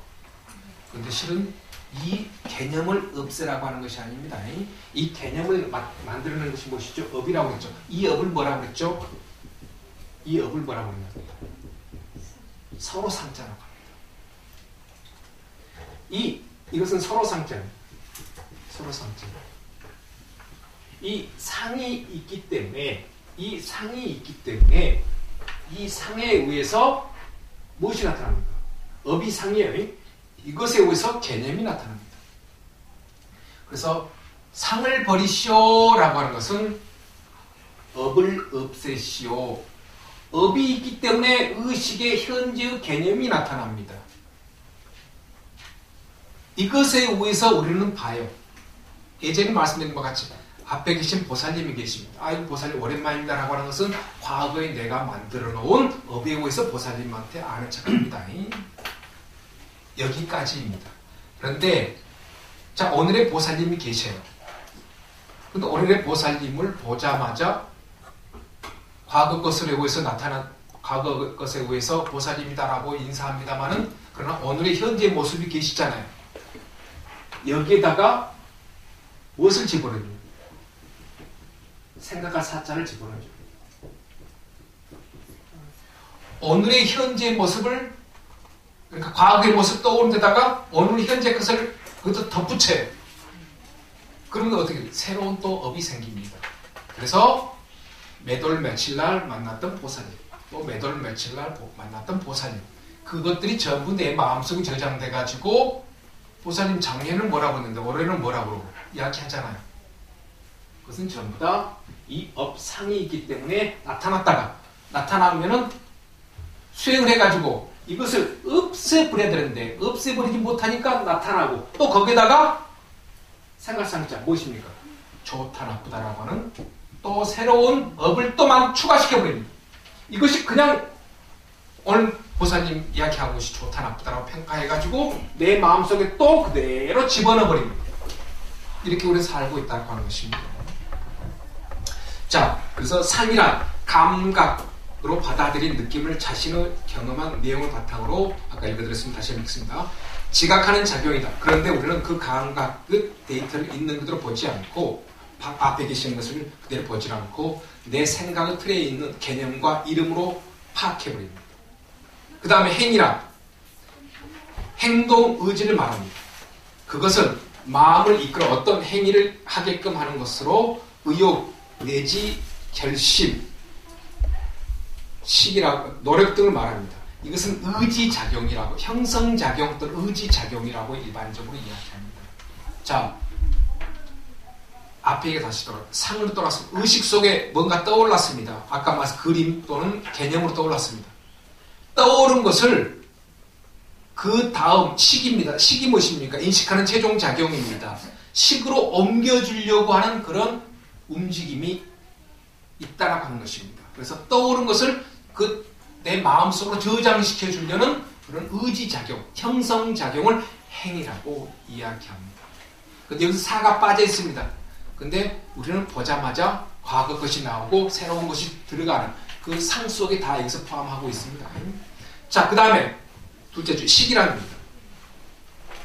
식이란 그렇게 내 마음을 이끈 대상에 대해 분석하여 이렇다 저렇다, 실 분석보다 분별이라고 하는 것이 여기서 맞습니다. 이렇다 저렇다 판단하는 작용입니다. 그런데 우리들은 이러한 인간을 구성하고 있는 오온에 대해서 집착하고 오온이 있다, 영원할 것이다, 실체가 그것입니다. 집착하고 실체화하여 하며 고정화시킵니다. 그것을 뭐라고 하냐? 고정관념이라고 이야기를 합니다. 그럼으로써 고통이 발생됩니다. 그것이 오치옹고의 의미입니다. 그래서 고통이 왜 발생하는가? 조금 전에 말했듯이 그것은 집착에서 비롯된다. 무상한 세계에서 영원한 것을 찾고 자기 것이 본래 없는데도 헛되이 집착하기 때문에 고통이 생기는 것이다. 이를 설명한 것이 집성체다. 그래서 이제 집입니다만은 집이라고 하는 것은 아까 이제 사고가 있죠. 이제 생로병사, 그 다음에 네 가지의 것이 있으면 이런 원인을 분석하는 것이 뭘 집인데 왜 그와 같은 고통이 모여지는가, 집을 원인으로 분석하시기 바랍니다. 그 다음에 세 번째가 이제 이 세상에 이제 멸입니다. 이 세상에 고통이 있다면 고통이 없는 세계도 있고 거기에 이르는 길도 있을 것이다. 그래서 멸이라고 하는 것은 이제 원인을 없애버리는 이제 소멸시키는 것입니다. 고통 원인이 사라진 상태를 말한다. 고통에서 벗은 해탈, 열반의 경지가 있음을 가르치는 것이 바로 멸성제입니다. 그래서 이제 고라고 하는 것은 우리 중생들의 현재의 모습, 그 다음 집이라고 하는 것은 현재가 어떻게 해서 만들어졌는가, 과거의 모습을 보자라고 하는 것입니다. 그것을 없애버린다고 하면 멸이 되는 것이고, 그 다음에 네 번째, 그러면 고통의 원인을 없애고 열반에 이르는 길은 무엇인가? 수행입니다. 이것은요. 길도자는 깨달음의 상태가 아니라 깨달음을 얻게 하는 과정을 이야기하고 있습니다. 열반으로 가는 길은 8가지가 있다. 도성제인 8정도가 그것이다. 8정도란 8가지 길이란 뜻인데, 이제 8가지 여러분들 아시는 것 같이 이제 정견부터 이제 정까지 이루어집니다. 이것은 다음 시간에 하겠습니다. 그래서 이제 사성제, 고집멸도를 이야기하고 있고, 이제 중요한 것은 그것은 어떻게 수행해야만이 되는가. 그런데 이제 사성제 중에서 고집멸도에서 도를 이야기하고 있고, 그 다음에 8정도를 이야기하고 있습니다만, 그러나 근본적인 것은 중도를 수행함에 있어서 사성제가 필요하고 8정도가 필요하다는 것입니다. 즉 상대적인 영역을 상대적인 개념, 의식을 맑게 해주고 상대적인 영역을 없애는 것, 상대적인 영역은 업을 없애는 것입니다. 상을 없애는 것입니다. 그래서 의식을 맑게 하고 마음을 청정하게 하기 위해서는 중도로 수행하십시오. 그 과정이 고집밀도이고 수행이 무엇이냐, 수행 방법이 8정도입니다 라고 하는 것입니다. 그래서 불교는 실제하게 상대적인 것을 없애고자 하는 것입니다. 상대적인 없는 것이 바로 이 상황입니다. 선악이 없어지면 무가 되고, 정과 사가 없어지면 정이 이루어지고, 그 다음에 이제 선악, 정, 그래서 무, 정, 선을 얻게 하는 것입니다. 이것이 바로 여러분들 아시는 바와 같이 이렇게 된다라고 하면은 그 사람은 무화가 되는 것입니다. 업이 소멸된 상태입니다. 그리고 무화가 됐다. 무엇이죠? 그것이 바로 대승불교에서는 공이 되어버렸다는 것입니다. 업이 소멸됐다는 것입니다. 그래서 이것은 단순하게 어떤 여러분들께서는 개념적으로만 내용으로서만 교학으로서만 이해하시지 말고 이것을 안다라고 하면 우리는 무아의 상태가 되는 것이고 공의 상태가 된다라고 하는 것입니다. 그래서 항상 제가 말씀드립니다. 불교라고 하는 것은 부처님께서 선수행 후 이론입니다. 그러니까 철두철미하게 불교는 수행 중심입니다. 그래서 하나하나가 수행입니다. 그래서 이것을 내 것으로 한다고 하면 좋은 거고 그냥 이념으로만 개념으로만 알고 있다 하면 이것은 호구에서 그 도시에는 학기 갈지언정 수행에는 도움이 안 됩니다. 자, 오늘 이렇게 하자고 다음 주는 초하루가 휴강이 된다고 합니다. 그럼 초팔 잘 보내시고요. 다음에 뵙겠습니다. 수고하셨습니다.